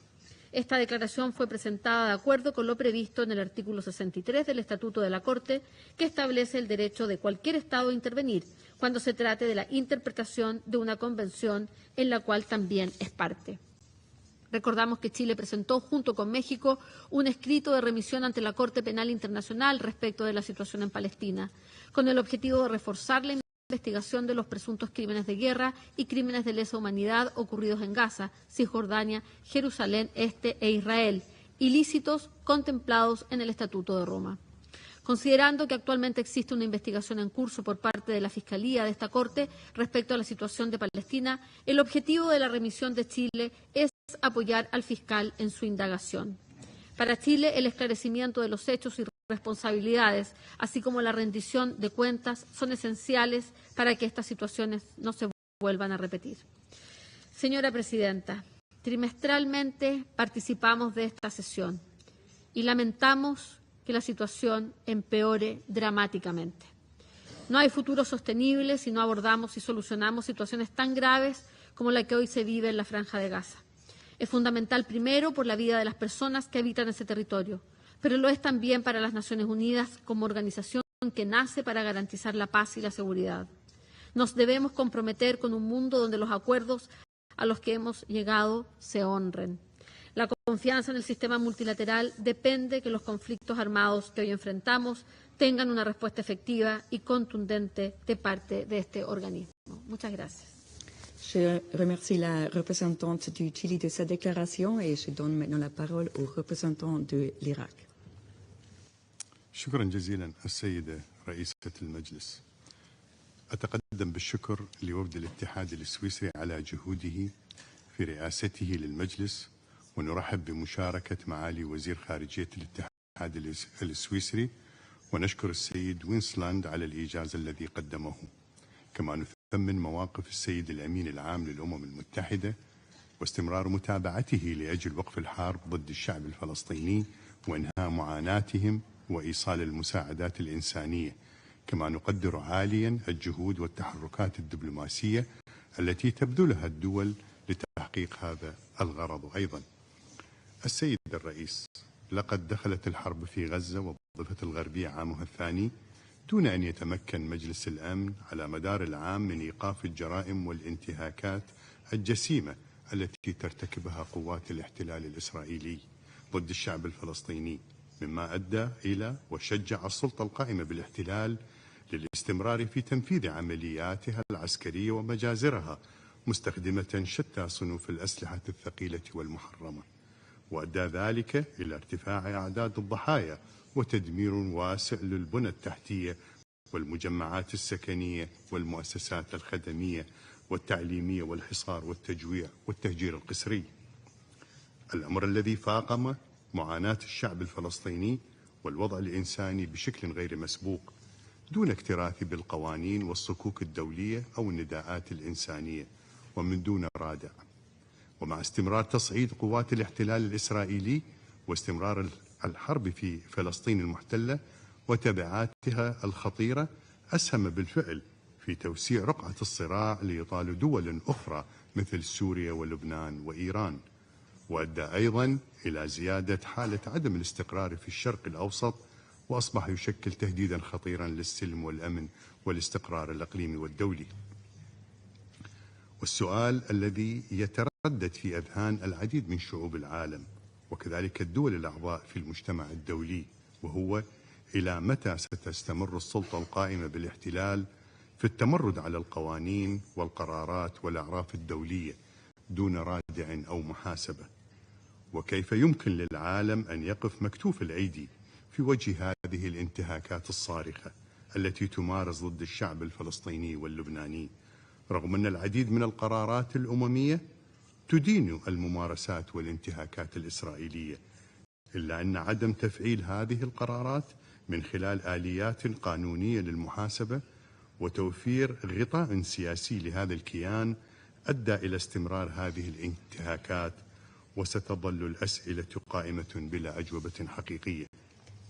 ونعرب عن امتناننا للدول التي اتخذت تدابير لمنع توريد السلاح إلى قوات الاحتلال الإسرائيلي، وندعو جميع الدول الأعضاء إلى اتخاذ تدابير مماثلة. السيد الرئيس، لقد اعتادت قوات الاحتلال الإسرائيلي على استهداف الطواقم الإنسانية التابعة للأمم المتحدة والمنظمات الدولية العاملة في قطاع غزة، وخاصة الأونروا، في انتهاك صارخ للقانون الدولي الإنساني. وهذه الاعتداءات لا تقتصر فقط على مهاجمة مقرات المنظمات الإنسانية وتقييد وصول المساعدات الضرورية للسكان المدنيين، بل شملت أيضا الهجمات المتكررة على قوات حفظ السلام التابعة للأمم المتحدة اليونيفيل في جنوب لبنان.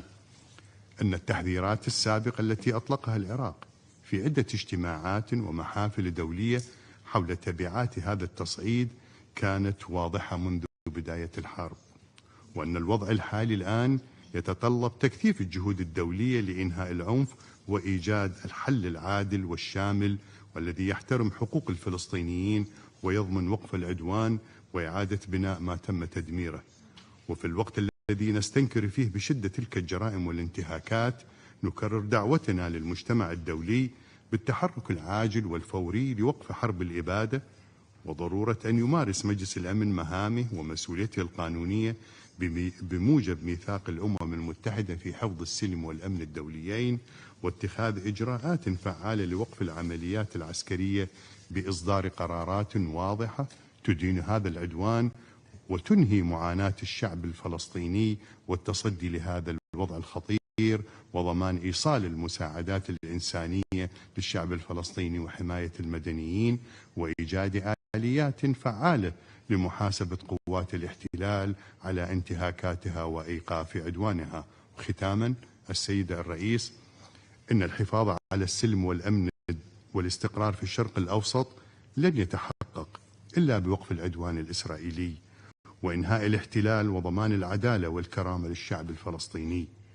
ويسعى العراق من خلال اتصالاته وتحركاته الإقليمية والدولية بالعمل على ضرورة استمرار المساعي الدولية الجادة للتوصل إلى وقف إطلاق النار بقطاع غزة باعتباره طريق استعادة الاستقرار بالمنطقة وإنهاء حالة التوتر الجارية وإيجاد الحلول المستدامة للقضية الفلسطينية ولإرساء الأمن بشكل مستدام في المنطقة. ويعرب العراق عن تضامنه مع حكومة وشعب لبنان في تعرضه للعدوان الإسرائيلي، ونعرب أيضا عن تضامننا مع الجمهورية العربية السورية.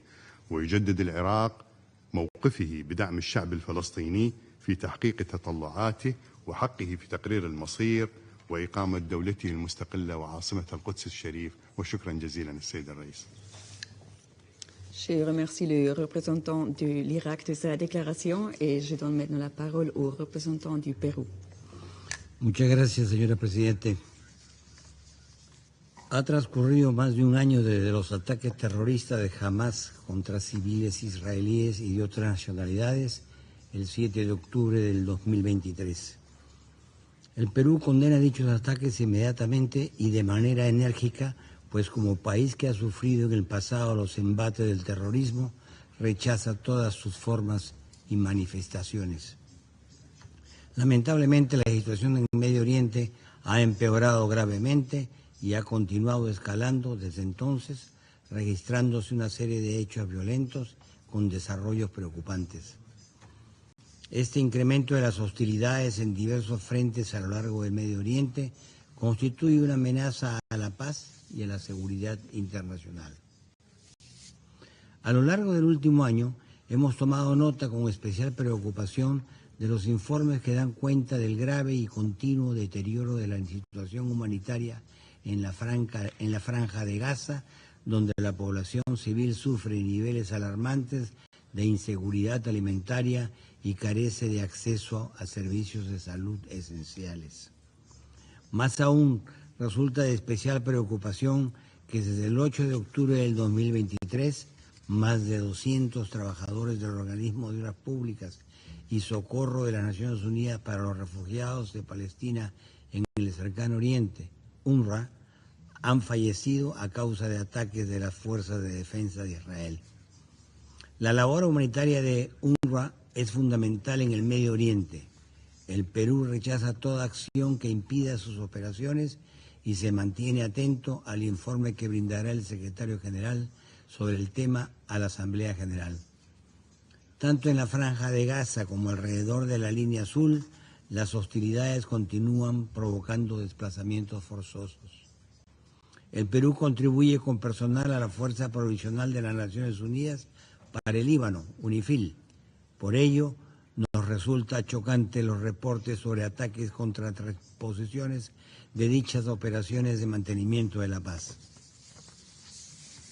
Señora Presidente, ante este devastador panorama, el Perú reitera una vez más que todas las partes deben cumplir con sus obligaciones bajo el derecho internacional, incluyendo el derecho internacional humanitario, especialmente la protección de civiles, y ello aplica también cuando se ejerce el derecho a la defensa, para lo cual se deben seguir estrictamente los parámetros establecidos en el artículo 51 de la Carta de las Naciones Unidas. Es necesario enfatizar que el derecho internacional humanitario debe cumplirse en toda circunstancia y su aplicación no depende de ninguna manera de la reciprocidad. Con relación a la situación de la franja de Gaza, el Perú se une a los llamados del secretario general para un cese al fuego, la liberación inmediata e incondicional de todos los rehenes y que se garantice el acceso pleno, rápido, seguro y sin trabas de la ayuda humanitaria para la población civil. Con relación a la situación alrededor de la línea azul, las partes deben cumplir estrictamente con la resolución 1701 del Consejo de Seguridad y abstenerse de cualquier acción que ponga en peligro a los integrantes de UNIFIL o impida el cumplimiento de su mandato. En ese sentido, respaldamos la decisión del secretario general y del mando de la UNIFIL de mantener sus posiciones. Asimismo, la soberanía e integridad territorial del Líbano deben ser respetadas. Señora Presidente, la situación en el Medio Oriente es compleja y la solución de largo plazo requiere de decisiones políticas importantes para cumplir con los compromisos que hemos asumido. El primero de ellos es la solución de dos estados, la cual debe implementarse de conformidad con el derecho internacional y las resoluciones pertinentes de las Naciones Unidas, especialmente las del Consejo de Seguridad por su naturaleza vinculante. El horizonte político es que Palestina e Israel sean dos estados soberanos que coexistan pacíficamente con fronteras reconocidas internacionalmente y miembros plenos de esta organización. Otro punto importante es que todos los Estados miembros debemos cumplir con las decisiones del Consejo de Seguridad y la Corte Internacional de Justicia, pues ambas tienen carácter vinculante. Es el compromiso que asumimos al ratificar la Carta de las Naciones Unidas.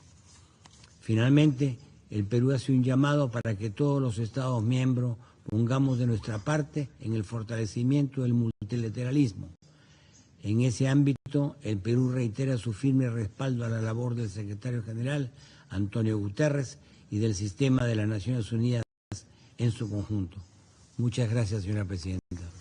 Je remercie le représentant du Pérou de sa déclaration et je donne à présent la parole au représentant du Vietnam. Madam President, the recent escalating and unprecedented level of hostilities in the Middle East and the imminent risk of crisis spilling over to the wider region has been astoundingly alarming. Vietnam renews its urgent call for an immediate, enforceable, and lasting ceasefire, not only in Gaza, but throughout the Middle East region, alongside the unconditional release of all hostages. We urge all parties involved to exercise utmost restraint, engage in dialogue, and adhere strictly to international law, the UN Charter, and relevant Security Council and General Assembly resolutions. We reiterate Vietnam's strongest condemnation of all its indiscriminate violence targeting civilians and essential civilian infrastructure, and categorically reject any actions that violate the sovereignty and territorial integrity of any state. We call for more effective measures to ensure uninterrupted humanitarian relief for civilian populations in Gaza, Lebanon, and other affected areas in the region. In this connection, we reaffirm Vietnam's support and appreciation of the indispensable role of UNRWA in safeguarding the rights and providing essential humanitarian assistance to the Palestinians in distress. Vietnam is concerned about the unjustified criticisms and actions that have undermined the Secretary General's efforts to carry out his mandates, especially in mediating peace and promoting dialogue among the parties concerned toward long-term and sustainable solutions. Vietnam remains supportive of all diplomatic efforts aimed at de-escalating tensions and ending hostilities in Gaza and other hotspots in the region, which is crucial for halting civilian casualties and suffering. It is our continued conviction that the lasting, equitable, and peaceful resolution to the ongoing conflict in Gaza, as well as the broader Middle East peace process, must be in line with the two-state solution based on the pre-1967 borders and with East Jerusalem as the capital of the State of Palestine, in accordance with international law and relevant UN resolutions. Madam President, as we reflect on the situation in Gaza and the wider region over the past year, Vietnam urges the Security Council to intensify its efforts to promptly address this multidimensional crisis. We cannot afford missed opportunities for peace and let another year go by without taking meaningful and united actions to end the suffering of the people in Gaza and beyond. The international community, more than ever, counts on the Security Council to deliver on its critical mandate. I thank you, Madam President. Je remercie le représentant du Vietnam de sa déclaration et je donne à présent la parole au représentant de la République bolivarienne du Venezuela. Señora Presidenta, han pasado más de un año de la última y más catastrófica espiral de violencia, muerte y destrucción que ha asolado la Franja de Gaza y que ha cobrado, según cifras oficiales, la vida de más de 43.000 niños, mujeres y hombres palestinos. Sin embargo, esta cifra que no incluye a quienes aún pueden estar bajo los escombros, es solo una fracción del número real de víctimas mortales. Expresamos nuestras condolencias a las familias y seres queridos de todos los civiles inocentes que han sido asesinados o que han resultado heridos como consecuencia del genocidio israelí en curso, al que se suman esfuerzos deliberados para propiciar una hambruna, propagar enfermedades, destruir hogares, comunidades, escuelas, hospitales, instalaciones de las Naciones Unidas y otras infraestructuras civiles vitales. Se trata de una catástrofe humanitaria sin precedentes. Renovamos nuestro compromiso con la justa causa de Palestina y nuestra solidaridad con su pueblo, al que acompañamos en su lucha por lograr su derecho inalienable a la libre determinación y por hacer realidad sus legítimas aspiraciones nacionales. Insistimos en la necesidad de redoblar los esfuerzos para impulsar de manera inmediata un proceso de rendición de cuentas por la comisión de crímenes atroces por parte de Israel, la potencia ocupante, contra el pueblo palestino, en el que todos los mecanismos pertinentes de la justicia internacional estén llamados a desempeñar un papel responsable con el fin de poner fin al ciclo de impunidad imperante. Señora Presidenta, este Consejo de Seguridad tiene una responsabilidad en la cuestión de Palestina que aún no ha cumplido.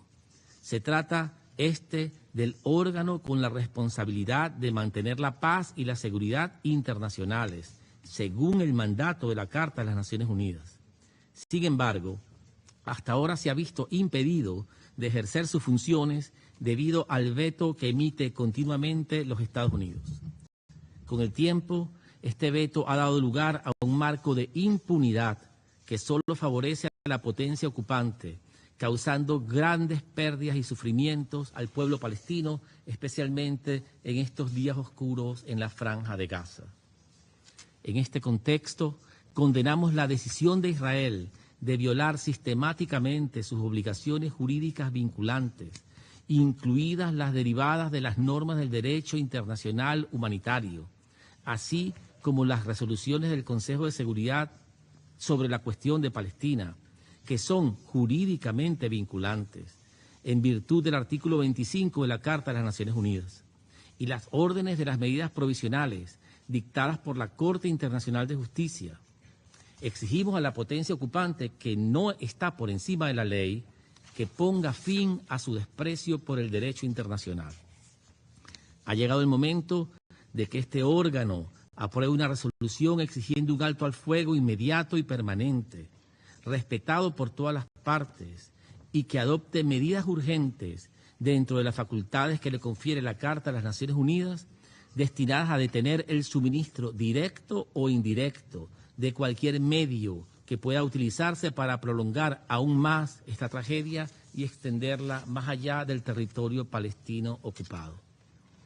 Esto será un paso en la dirección correcta para poner fin a los años de castigo y sufrimientos colectivos soportados por la población civil palestina y a la destrucción generalizada, al tiempo que permitirá a los agentes humanitarios sobre el terreno, incluidos los organismos especializados de las Naciones Unidas, encabezados por UNRWA, cuyo indispensable papel y trabajo y contribuciones reconocemos y valoramos, proporcionen apoyo y asistencia rápidos y sin trabas a quienes los que necesitan desesperadamente, incluso para aliviar la aguda inseguridad alimentaria que afecta a toda la población y las horribles condiciones de hambruna en el norte de Gaza, así como para proporcionar atención médica, refugio y otros tipos de asistencia a la población civil que se necesitan desesperadamente.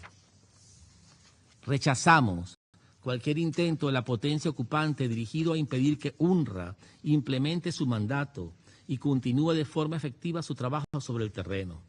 Rechazamos cualquier intento de desalojar a la agencia de sus oficinas en Jerusalén Oriental y de apoderarse de esta propiedad de la ONU, y también de cualquier intento de despojarla de sus privilegios e inmunidades.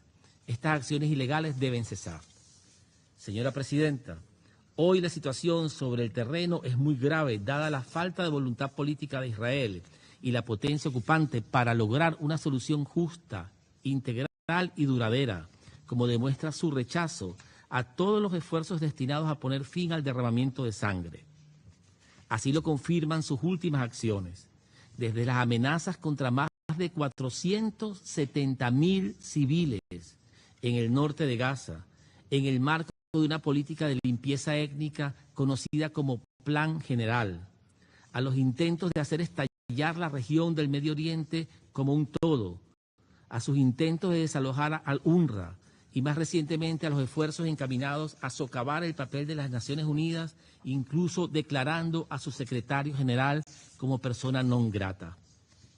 Rechazamos tal decisión y condenamos las reiteradas agresiones de Israel contra la soberanía y la integridad territorial de la República Islámica de Irán, de la República Árabe Siria y del Líbano, que demuestran una clara intención de expandir el conflicto a toda la región del Medio Oriente, con consecuencias devastadoras, tanto a nivel regional como mundial, en caso de que se permita a la potencia ocupante continuar con sus incursiones militares contra los territorios de otras naciones soberanas e independientes.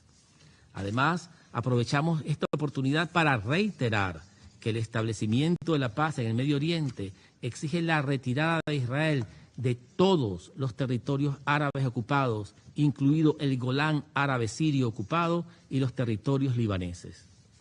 Señor presidente, para concluir, la República Bolivariana de Venezuela reafirma su compromiso de contribuir a la preservación de un horizonte político creíble que pueda conducir a una solución justa, integral y duradera del conflicto israelí-palestino de conformidad con el derecho internacional y las resoluciones pertinentes de la ONU, y el ejercicio del derecho inalienable a la autodeterminación del pueblo palestino.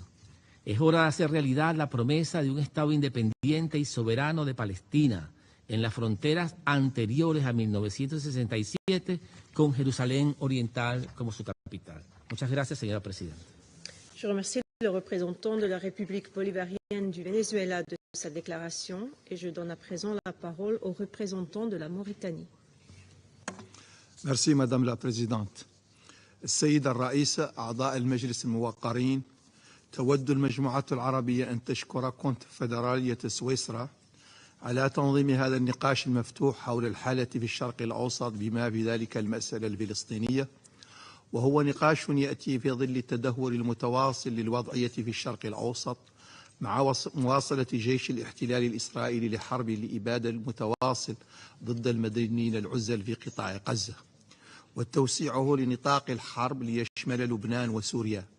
إنها وضعية تحتاج نقاشا مفتوحا وصريحا لبحث مآلات الوضعية وأنجع وأسرع الطرق الحيلولة دون خروجها عن السيطرة، وذلك من خلال تدخل هذا المجلس الموقر من أجل فرض وقف إطلاق النار وضمان عودة النازحين لما كان أحياء سكنية في السابق، وتمكين هيئات الإغاثة من إيصال المساعدات والأدوية لمحتاجها في قطاع غزة ولبنان.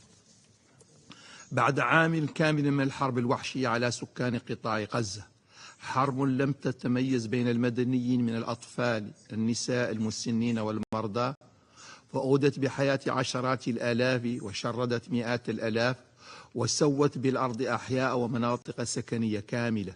إسرائيل دون رادع من مسؤولية أو محاسبة قانونية أمام المجتمع الدولي ودون ضمير أو واسع إنساني تواصل حرب الإبادة بأساليب وطرق متنوعة وأكثر فتكا. إن الوضعية الحالية في قطاع غزة وفي شمال القطاع على الخصوص هي تأكيد متجدد لمساعي الإبادة التي تنتجها حكومة الحرب الإسرائيلية، حيث حياة نصف مليون مدني في خطر داهم أمام آلة القتل الوحشية الإسرائيلية، وحيث الخيارات محدودة أمام المدنيين من أطفال ونساء ومسنين، فأما الإخلاء والتهجير القسري، وأما البقاء والموت بالتجويع أو بالقصف بأشد الأسلحة فتكا، بما يعرف بخطة الجنرالات لإخلاء المنطقة من خلال قصف مخيمات اللاجئين والمستشفيات وتحويل شمال القطاع إلى منطقة عسكرية. السيدة الرئيسة، وفي ظل حرب الإبادة المتواصلة هذه بدأت المجاعة وغياب الخدمات الأساسية يفتك بما تبقى من سكان القطاع الذين يعيشون فيما يبدو في جزيرة بعيدة لا يسمع العالم آلامهم ولا يحس بفظاعة الظروف التي يعيشون فيها. إنها حالة من التخاذل العالمي الذي شجع إسرائيل على الذهاب بعيدا وضرب عرض الحائط بكل المواثيق والقيم التي يقوم عليها النظام الدولي، وذلك من خلال توجيه حرابها إلى هيئة عون وإغاثة اللاجئين الفلسطينيين الإنروا، من خلال الاعتداءات والاتهامات غير المؤسسة التي تتقصد محو هذه الإهاء التي ظلت لعقود حاضرة من أجل تضميم وعون الإنسان الفلسطيني بعد كل حرب من حروب إسرائيل المتواصلة. إنها مساعي إسرائيلية غير مسؤولة ولا إنسانية، فضلا عن الضرر الكارثي الذي سيتركه حرمان الفلسطينيين من الخدمات التي تقدمها الوكالة، تعد الخطوة التي تخطط لها إسرائيل من خلال سحب حصانة الوكالة وإنهاء عملها عدم احترام للأمم المتحدة وجهازها التمثيلي الأوسع الجمعية العامة التي أعطت للإنروا ولايتها منذ 7 عقود وظلت تجددها وتمنحها الموارد اللازمة من أجل مواصلة القيام بمهامها النبيلة. إن هذا المجلس مطالب فضلا عن إيقاف حرب الإبادة من خلال إقرار وقف إطلاق النار فوري نافذ وغير مشروط وضمان دخول المساعدات الإنسانية العاجلة إلى سكان القطاع. مطالب أيضا بالضغط السياسي دعما للوكالة وضمان لبقائها لخدمة الفلسطينيين والتخفيف من معاناتهم المتواصلة بفعول الحرب الإسرائيلية المتكررة والاحتلال متواصل منذ عقود. وتؤكد المجموعة على ضرورة التحرك الفوري قبل فوات الأوان، حيث نقدر في هذا السياق الجهود الحثيثة التي تبذلها جمهورية مصر العربية ودولة قطر من أجل التوصل إلى اتفاق لوقف إطلاق النار وتخفيف المعاناة في غزة.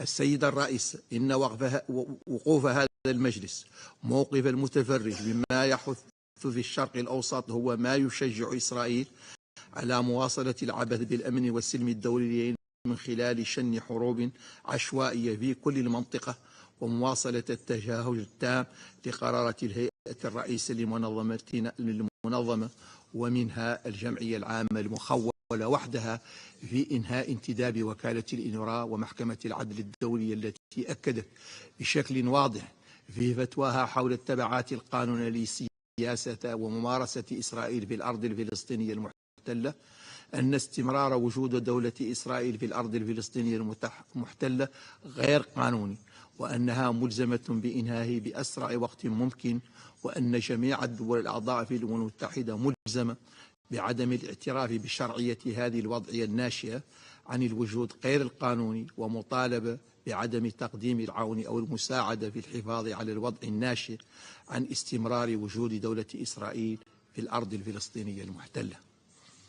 السادة أعضاء المجلس الموقر، في الوقت الذي نجدد مطالبتنا بضرورة أن يضغط هذا المجلس من خلال ممارسة ولايته واختصاصه بحفاظ السلم والأمن الدولي وتطبيق قواعد ومبادئ القانون الدولي في مسألة الأرض الفلسطينية المحتلة، وذلك من خلال إلزام إسرائيل بالتقيد برأي محكمة العدل الدولية وإنهاء الاحتلال غير القانوني وغير الإنساني لفلسطين، نطالب جميع الدول الأعضاء بالأمم المتحدة وعلى الخصوص الأعضاء بهذا المجلس بضرورة التقيد برأي المحكمة والوقف الفوري لمد إسرائيل بالسلاح وأي مساعدة من شأنها أن تطيل أمد الاحتلال أو تساهم في المزيد من قتل المدنيين الفلسطينيين في قطاع غزة والضفة الغربية. ونذكر جميع الدول التي ما زالت تمد قوات الاحتلال بالسلاح والذخيرة بمسؤوليتها القانونية والأخلاقية عن أرواح المدنيين من أطفال ونساء ومسنين التي تواصل آلة القتل الإسرائيلية حصدها بلا رحمة منذ عام كامل. إن تواصل وتيرة القتل والتشريد الحالية في قطاع غزة ووصول عدد الضحايا لحدود 43,000 شهيد والمئات آلاف جريح ومئات الآلاف من المشردين الذين تركوا للجوع والمرض والحصار، يحق لنا أن نتساءل عن الوقت المناسب لتحرك هذا المجلس الموقر وعن الفاتورة التي ينبغي أن يدفعها الفلسطينيين من أرواحهم ومعاناتهم حتى يتوقف العدوان. وكما أكدنا عدة مرات سابقة وسنظل نكرر ذلك، فإن وقف هذه الإبادة ليس ضرورة إنسانية عاجلة فحسب، بل هو الامتحان الحقيقي لعمل متعدد الأطراف للأمم المتحدة ولهذا المجلس الموقر باختصار القانون الدولي والقيم الإنسانية.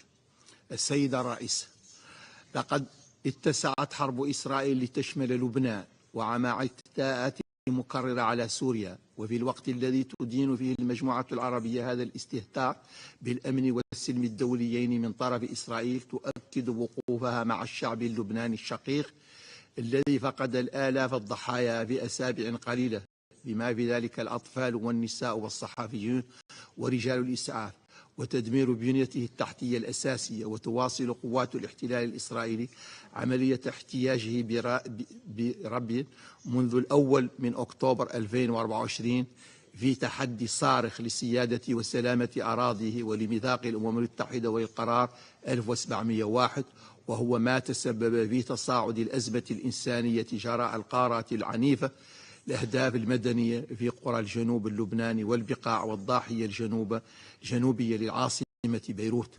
وقد تسبب هذا العدوان الإسرائيلي حتى الآن في نزع أكثر من 1.4 مليون شخص، أي ما يعادل 5 سكان لبنان، بما في ذلك 400 ألف طفل.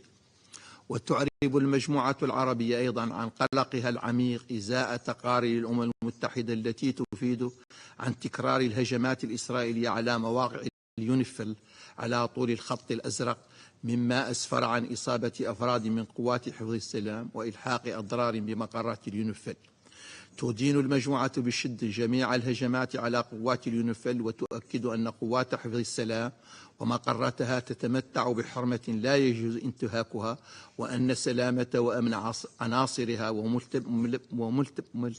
وممتلكاتها يجب أن تضمنها جميع الأطراف في جميع الأوقات وفقا للقانون الدولي.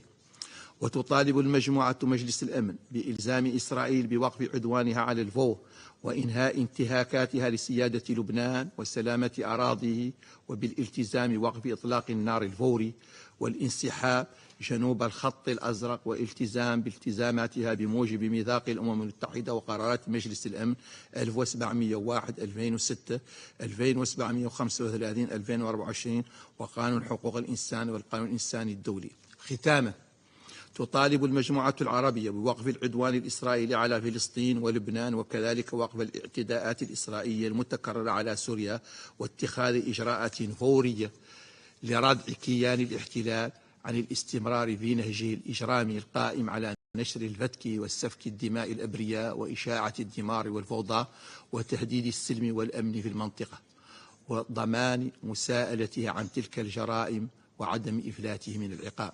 كما تؤكد المجموعة العربية على ضرورة وضع قرارات الأمم المتحدة ذات الصلة موضوع التنفيذ لإنهاء الاحتلال الإسرائيلي للأراضي العربية في فلسطين وسوريا ولبنان. وأشكرك السيدة الرئيسة. Je remercie le représentant de la Mauritanie de sa déclaration et je donne à présent la parole au représentant de l'Ouganda. Madam Chair, Madam President, I'm honored to speak on behalf of the 121 member states of the non-aligned movement, NAM. At the onset, I congratulate the Swiss Federation upon their accession to the presidency of the Security Council this month and express appreciation for granting NAM the opportunity to present its position on the question of Palestine.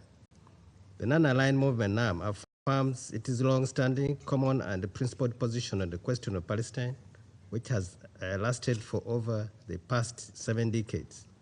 NAM reiterates that respect of the UN Charter, international law, and UN resolutions constitute the foundation for a just solution of the Palestine question as a cornerstone for regional and global peace and security in the Middle East. The Security Council has the primary responsibility for the maintenance of international peace and security in accordance with Articles 12 and 24 of the Charter. The Security Council must uphold its mandate to maintain international peace and security and must act to implement its own resolutions. The question of Palestine cannot be the exception to international law and to the authority of this Council. NAM calls on the Security Council to overcome its paralysis on the Palestinian question, to justly resolve this protracted conflict and tragic injustice. This peaceful resolution of the question of Palestine is central for the establishing wider peace and stability in the Middle East, and is an issue of wider concern for the international community as a whole and for global peace and security. Madam President, NAM condemns in the strongest terms all forms of violence, particularly Israel military attacks and Israel collective punishment against Palestinian people, in grave breach of international law, including humanitarian and human rights law, including inter alia the killing and injury of tens of thousands of Palestinian civilians, many of whom are women, humanitarian workers, and journalists. Since October 2023, the Gaza Strip has been besieged by the Israeli-occupying forces and extremist settlers and settler militias in the West Bank, including East Jerusalem, leading to the wanton destruction of lives and property. NAM demands an immediate and complete cessation of all forms of violent repression and the illegal Israeli policies and practices against Palestinian people and other nations in the region. The non-aligned movement demands an immediate and permanent ceasefire in accordance with the relevant UN Security Council and General Assembly resolutions, including Resolution 2735 of 2024, which also called inter alia for the release of hostages and the exchange of Palestinian prisoners, the return of Palestinian civilians to their homes and neighborhoods in all areas of Gaza, and the safe and effective distribution of humanitarian assistance at scale throughout the Gaza Strip to all Palestinian civilians who need it. Alarmed by the growing number of victims, the majority of them children and women, NAM stresses the urgency of ensuring immediate and unhindered humanitarian access to address their medical and other humanitarian needs, including the grave impact of forced starvation and forced displacement on the civilian population throughout Gaza. Now members also express their grave concern about the treatment of Palestinian prisoners by Israel, especially child prisoners and detainees, including harrowing reports of violence, torture, solitary confinement, and prolonged administrative detention, inadequate access to proper medical care, education, family visits, and military trials. In this regard, NAM calls for proper international access to Palestinian prisoners and detainees, including children and women. NAM expresses support for the ongoing diplomatic efforts by the Arab Republic of Egypt, the State of Qatar, and the United States to reach an agreement for an immediate and permanent ceasefire. We also make a collective call to immediate steps to be taken to hold the provision or transfer of arms, munitions, and related equipment to Israel and the occupying power in all cases where there are reasonable grounds to suspect that they may be used in the occupied Palestinian territory, including East Jerusalem, in order to ensure an urgent ceasefire, as stipulated in General Assembly Resolution AS 10/24 of 18 September 2024. NAM recalls Security Council Resolution 2334 of 2016, which provides for a viable path to peace, setting forth the essential requirements and parameters for the realization of a just outcome on the basis of a two-state solution based on the June 4, 1967 lines, and ensuring the fulfillment by the Palestinian people of their inalienable rights, including to self-determination and the independence of the state of Palestine with East Jerusalem as its capital, and a just solution for the plight of the Palestinian refugees in accordance with General Assembly Resolution Y94 in bracket 3. Similarly, the member states of the movement continue to call for full respect for and implementation of the provisions of Resolution 2334 of 2016 and all other relevant resolutions regarding the complete cessation of all Israeli settlement activities and the status of the occupied East Jerusalem. In this regard, NAM expresses grave concern about the deteriorating situation on the ground, which has made has been marked by an escalation of Israeli settlement activities in grave breach of international law and rising violence, provocation, and incitement, particularly settler violence and terror, leading to countless human rights abuses and violations of international law. Action must be taken immediately to help de-escalate this violent, volatile situation. That must include a halt to all unilateral, unlawful measures by Israel, the occupying power, in the occupied Palestinian territory, including East Jerusalem. Actions that violate the Security Council resolution, including violations of historic and status quo of Jerusalem and its holy sites, are provocative, dangerous, and destroy the prospects for peace. NAM reiterates the call for full respect for historic and legal status quo, for the historical Hashemite custodianship over the Christian and Muslim holy sites in the city, and for the protection of the sanctity of the holy sites, and for all relevant provisions of international law and Security Council resolutions. NAM also commends the efforts of His Majesty Mohammed VI as chair of Al-Qad's Committee of the Organization of Islamic Cooperation, OIC. Madam President, NAM condemns the ongoing Israeli aggression against Lebanon for over a year, resulting so far in 2,546 civilian deaths and 12,000 injuries, including children, women, paramedics, and first responders. This aggression has so far caused the displacement of more than 1.2 million people, equivalent to 1/5 of Lebanon's population, including 400,000 children, and widespread destruction of civilian infrastructure. NAM strongly condemns Israel's ground invasion of Lebanon launched on October 1st. These violations constitute blatant breaches of the UN Charter, international human rights law, and international humanitarian law, and of Lebanon's sovereignty and territorial integrity, as well as violation of Security Council Resolution 1701 of 2006. NAM further expresses deep concern regarding UN reports of Israeli direct attacks on UNIFIL positions along the Blue Line, which have occurred on multiple occasions, resulting in injuries to peacekeepers and damage to UNIFIL installations.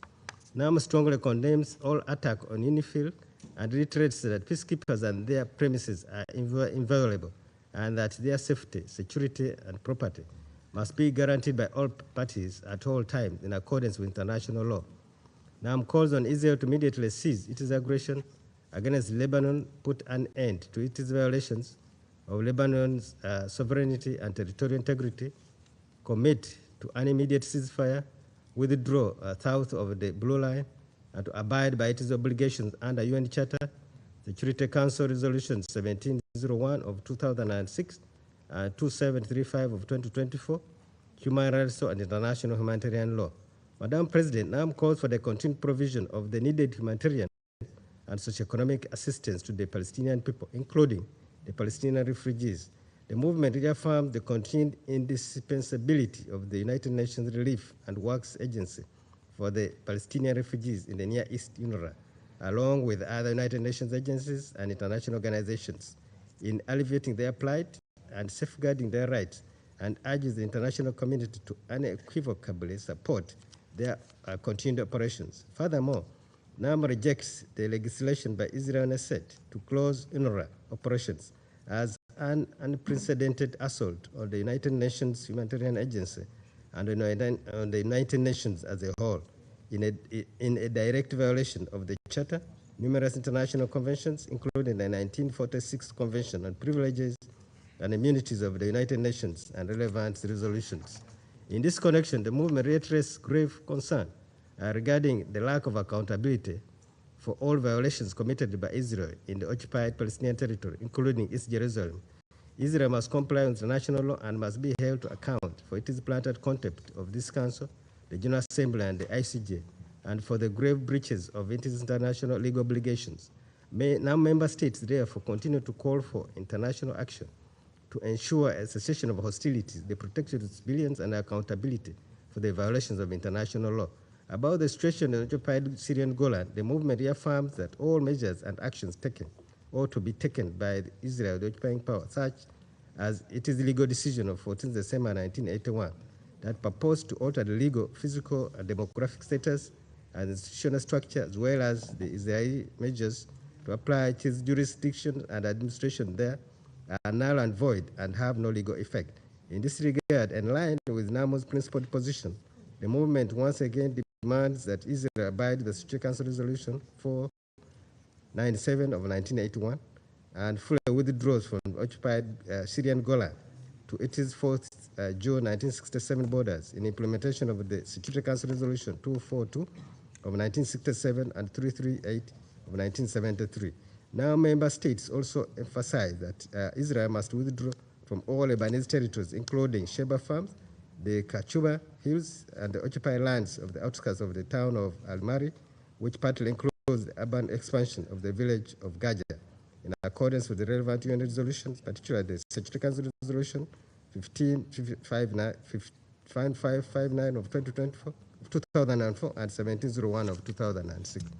To conclude, Madam President, the movement seizes this opportunity to reiterate its call for collective international efforts to uphold international law to bring an end to this grave and historical injustice.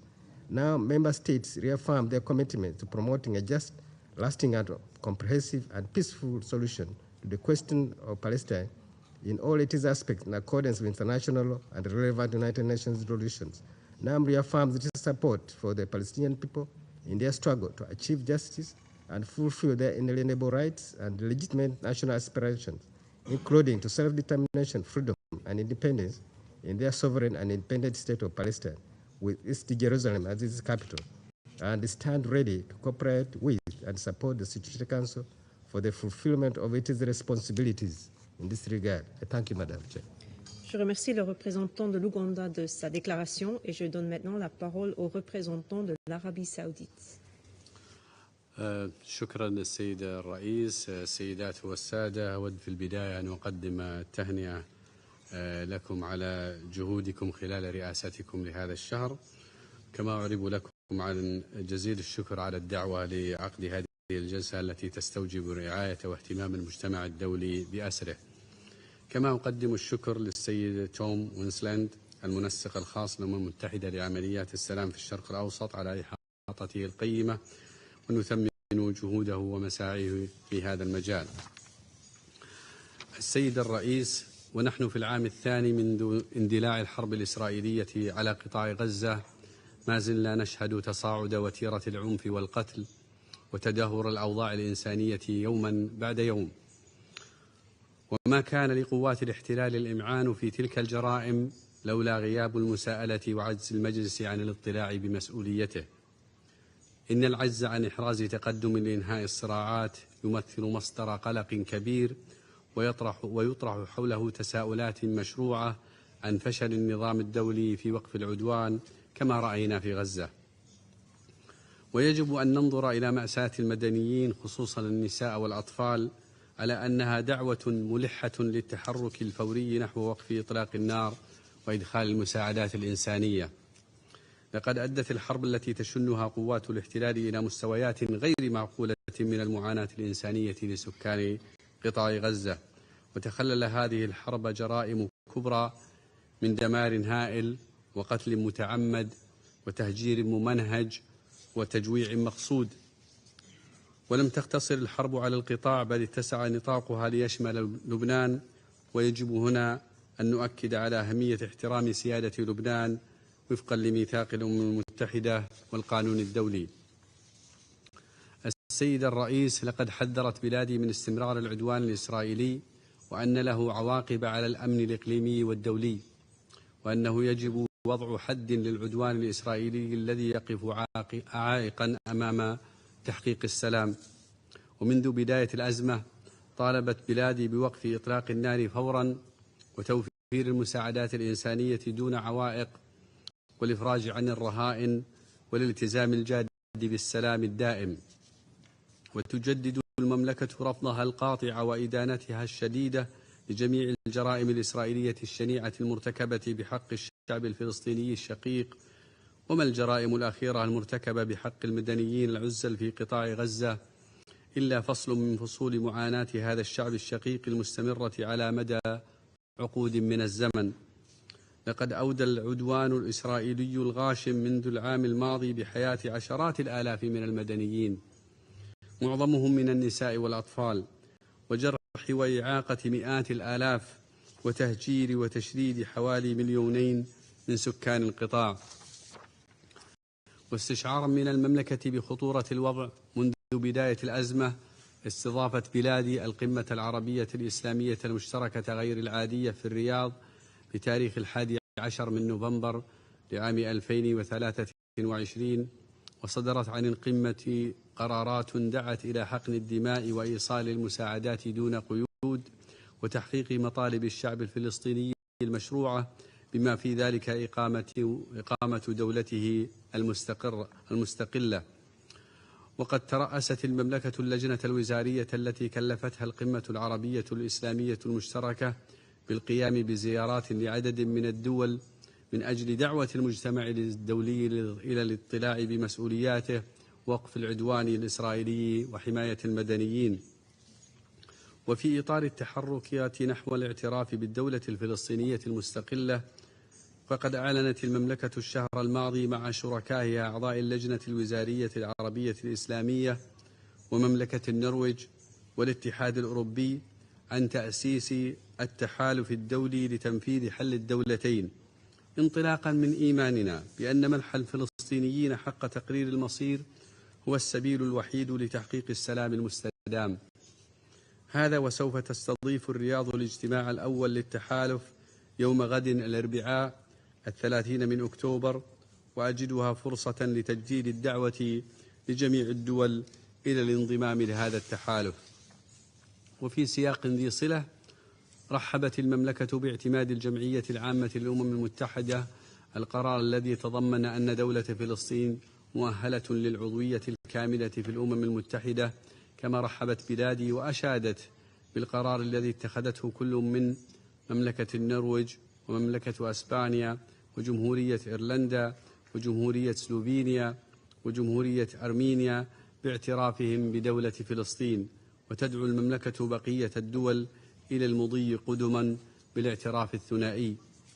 السيد الرئيس، السيدات والسادة، على الصعيد الإنساني قدمت المملكة أكثر من 5 مليارات دولار أمريكي من المساعدات للشعب الفلسطيني الشقيق، وكان آخرها تقديم دعم مالي شهري للأشقاء في فلسطين للمساهمة في معالجة الوضع الإنساني في قطاع غزة ومحيطها. ومنذ بداية الأزمة الراهنة في قطاع غزة، قدمت المملكة من خلال مركز الملك سلمان للإغاثة والأعمال الإنسانية مساعدات إغاثية وإنسانية تقارب 185 مليون دولار أمريكي، وتم التوقيع على اتفاقيات مع عدد من المنظمات لتنفيذ مشاريع إنسانية بمبلغ يزيد عن 106 ملايين دولار أمريكي. وسوف تستمر المملكة في دعم وكالة الأونروا لتمكينها من تقديم خدماتها الإغاثية للأشقاء الفلسطينيين، وقد بلغ إجمالي دعم المملكة لوكالة الأونروا ما يزيد عن $1 مليار. وفي هذا الصدد تدين بلادي بأشد العبارات إقدام الكنيسة الإسرائيلي على إصدار مشاريع وقوانين تحظر أنشطة وكالة الأونروا في الأراضي الفلسطينية المحتلة. كذلك رحبت المملكة بالرأي الاستشاري الصادر عن محكمة العدل الدولية بشأن سياسات وممارسات إسرائيل في الأراضي الفلسطينية المحتلة، وتأكيدها عدم قانونية الوجود الإسرائيلي على الأراضي الفلسطينية المحتلة منذ 57 عاما. السيد الرئيس، ختاما، ستستمر بلادي في دعم الحق الفلسطيني بتقرير المصير وإقامة الدولة الفلسطينية على حدود عام 1967 وعاصمتها القدس الشرقية، وإرساء السلام العادل والشامل وفقا لمبادرة السلام العربية وفي إطار القرارات الدولية ذات الصلة. وشكرا السيد الرئيس. Je remercie le représentant de l'Arabie saoudite de sa déclaration et je donne à présent la parole au représentant de la Turquie. Thank you, Madam President. I echo my esteemed colleagues to urgently call for decisive action by the Security Council to end the war in Gaza. In Gaza, every rule is disregarded, every line is crossed. Israel is committing unprecedented war crimes and bringing our region closer to the brink of an all-out war each day that passes without a ceasefire. In Gaza, an unlawful war continues unabated. The death toll now exceeds 43,000, with injuries surpassing 100,000. Gaza is in ruins, and nearly the entire population has been displaced several times.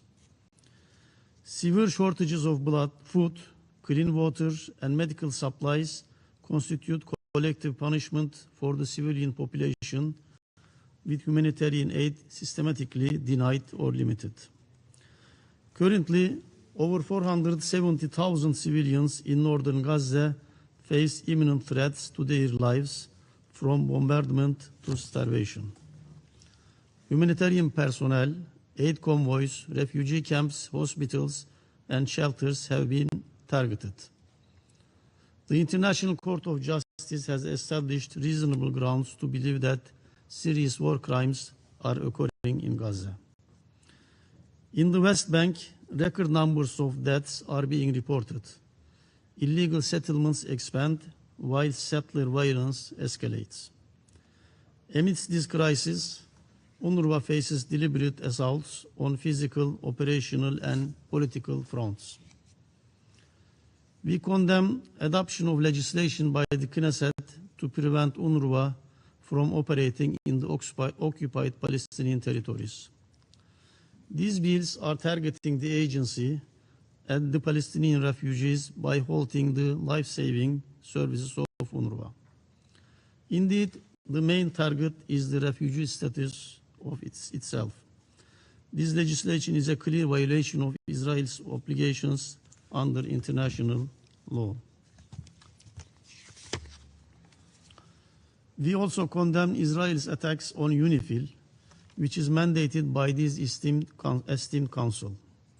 It is imperative that UNIFIL fulfill its mandate, especially given Israel's clear intention to spread the conflict across the region. Following its massacres in Gaza and the West Bank, Israel is now inflicting harm on Lebanese civilians. The brutal assaults in Gaza and Lebanon have dire implications also for Syria. In Iran, Israeli attacks mark a new phase in its efforts to drag the entire region into chaos. Madam President, Israel has repeatedly violated the UN Charter, Security Council resolutions, General Assembly resolutions, international law, and international humanitarian law, targeted UN personnel and the Secretary General himself, attacked peacekeeping forces, and now openly seeks to dismantle a UN agency. We urge the Security Council to use all the tools at its discretion to enforce an immediate ceasefire, unimpeded delivery of humanitarian aid, adherence to international law, and to ensure compliance. It is imperative that member states, and particularly this August Council, take all the necessary measures to bring an end to this dangerous trajectory without further delay. In this regard, Turkey, along with a core group of countries, has initiated a joint letter calling for a halt to arms transfer to Israel. We make this collective call for immediate steps to halt the provision of transfer of arms, ammunition, and related equipment to Israel in all cases where there are reasonable grounds to suspect they may be used in the occupied Palestinian territories, including East Jerusalem, as stipulated in the General Assembly Resolution ES-10/24 of 18 September 2024. This is essential to end Israel's illegal occupation, deter further violations against civilians in Gaza and the rest of the occupied Palestinian territory, as well as in Lebanon, and prevent further regional escalation. We urge all states to take a principled stance to remain on the rights of the history and join this collective initiative. The bloodshed has stopped now, has to stop now. Thank you, Madam President. Je remercie le représentant de Turquie de sa déclaration. Excellences, Mesdames et Messieurs, chers collègues, il reste un certain nombre d'orateurs et d'oratrices inscrits sur ma liste pour la présente séance. Si les membres du Conseil sont d'accord, je me propose de suspendre la séance jusqu'à demain, mercredi, dans l'après-midi. La séance est suspendue.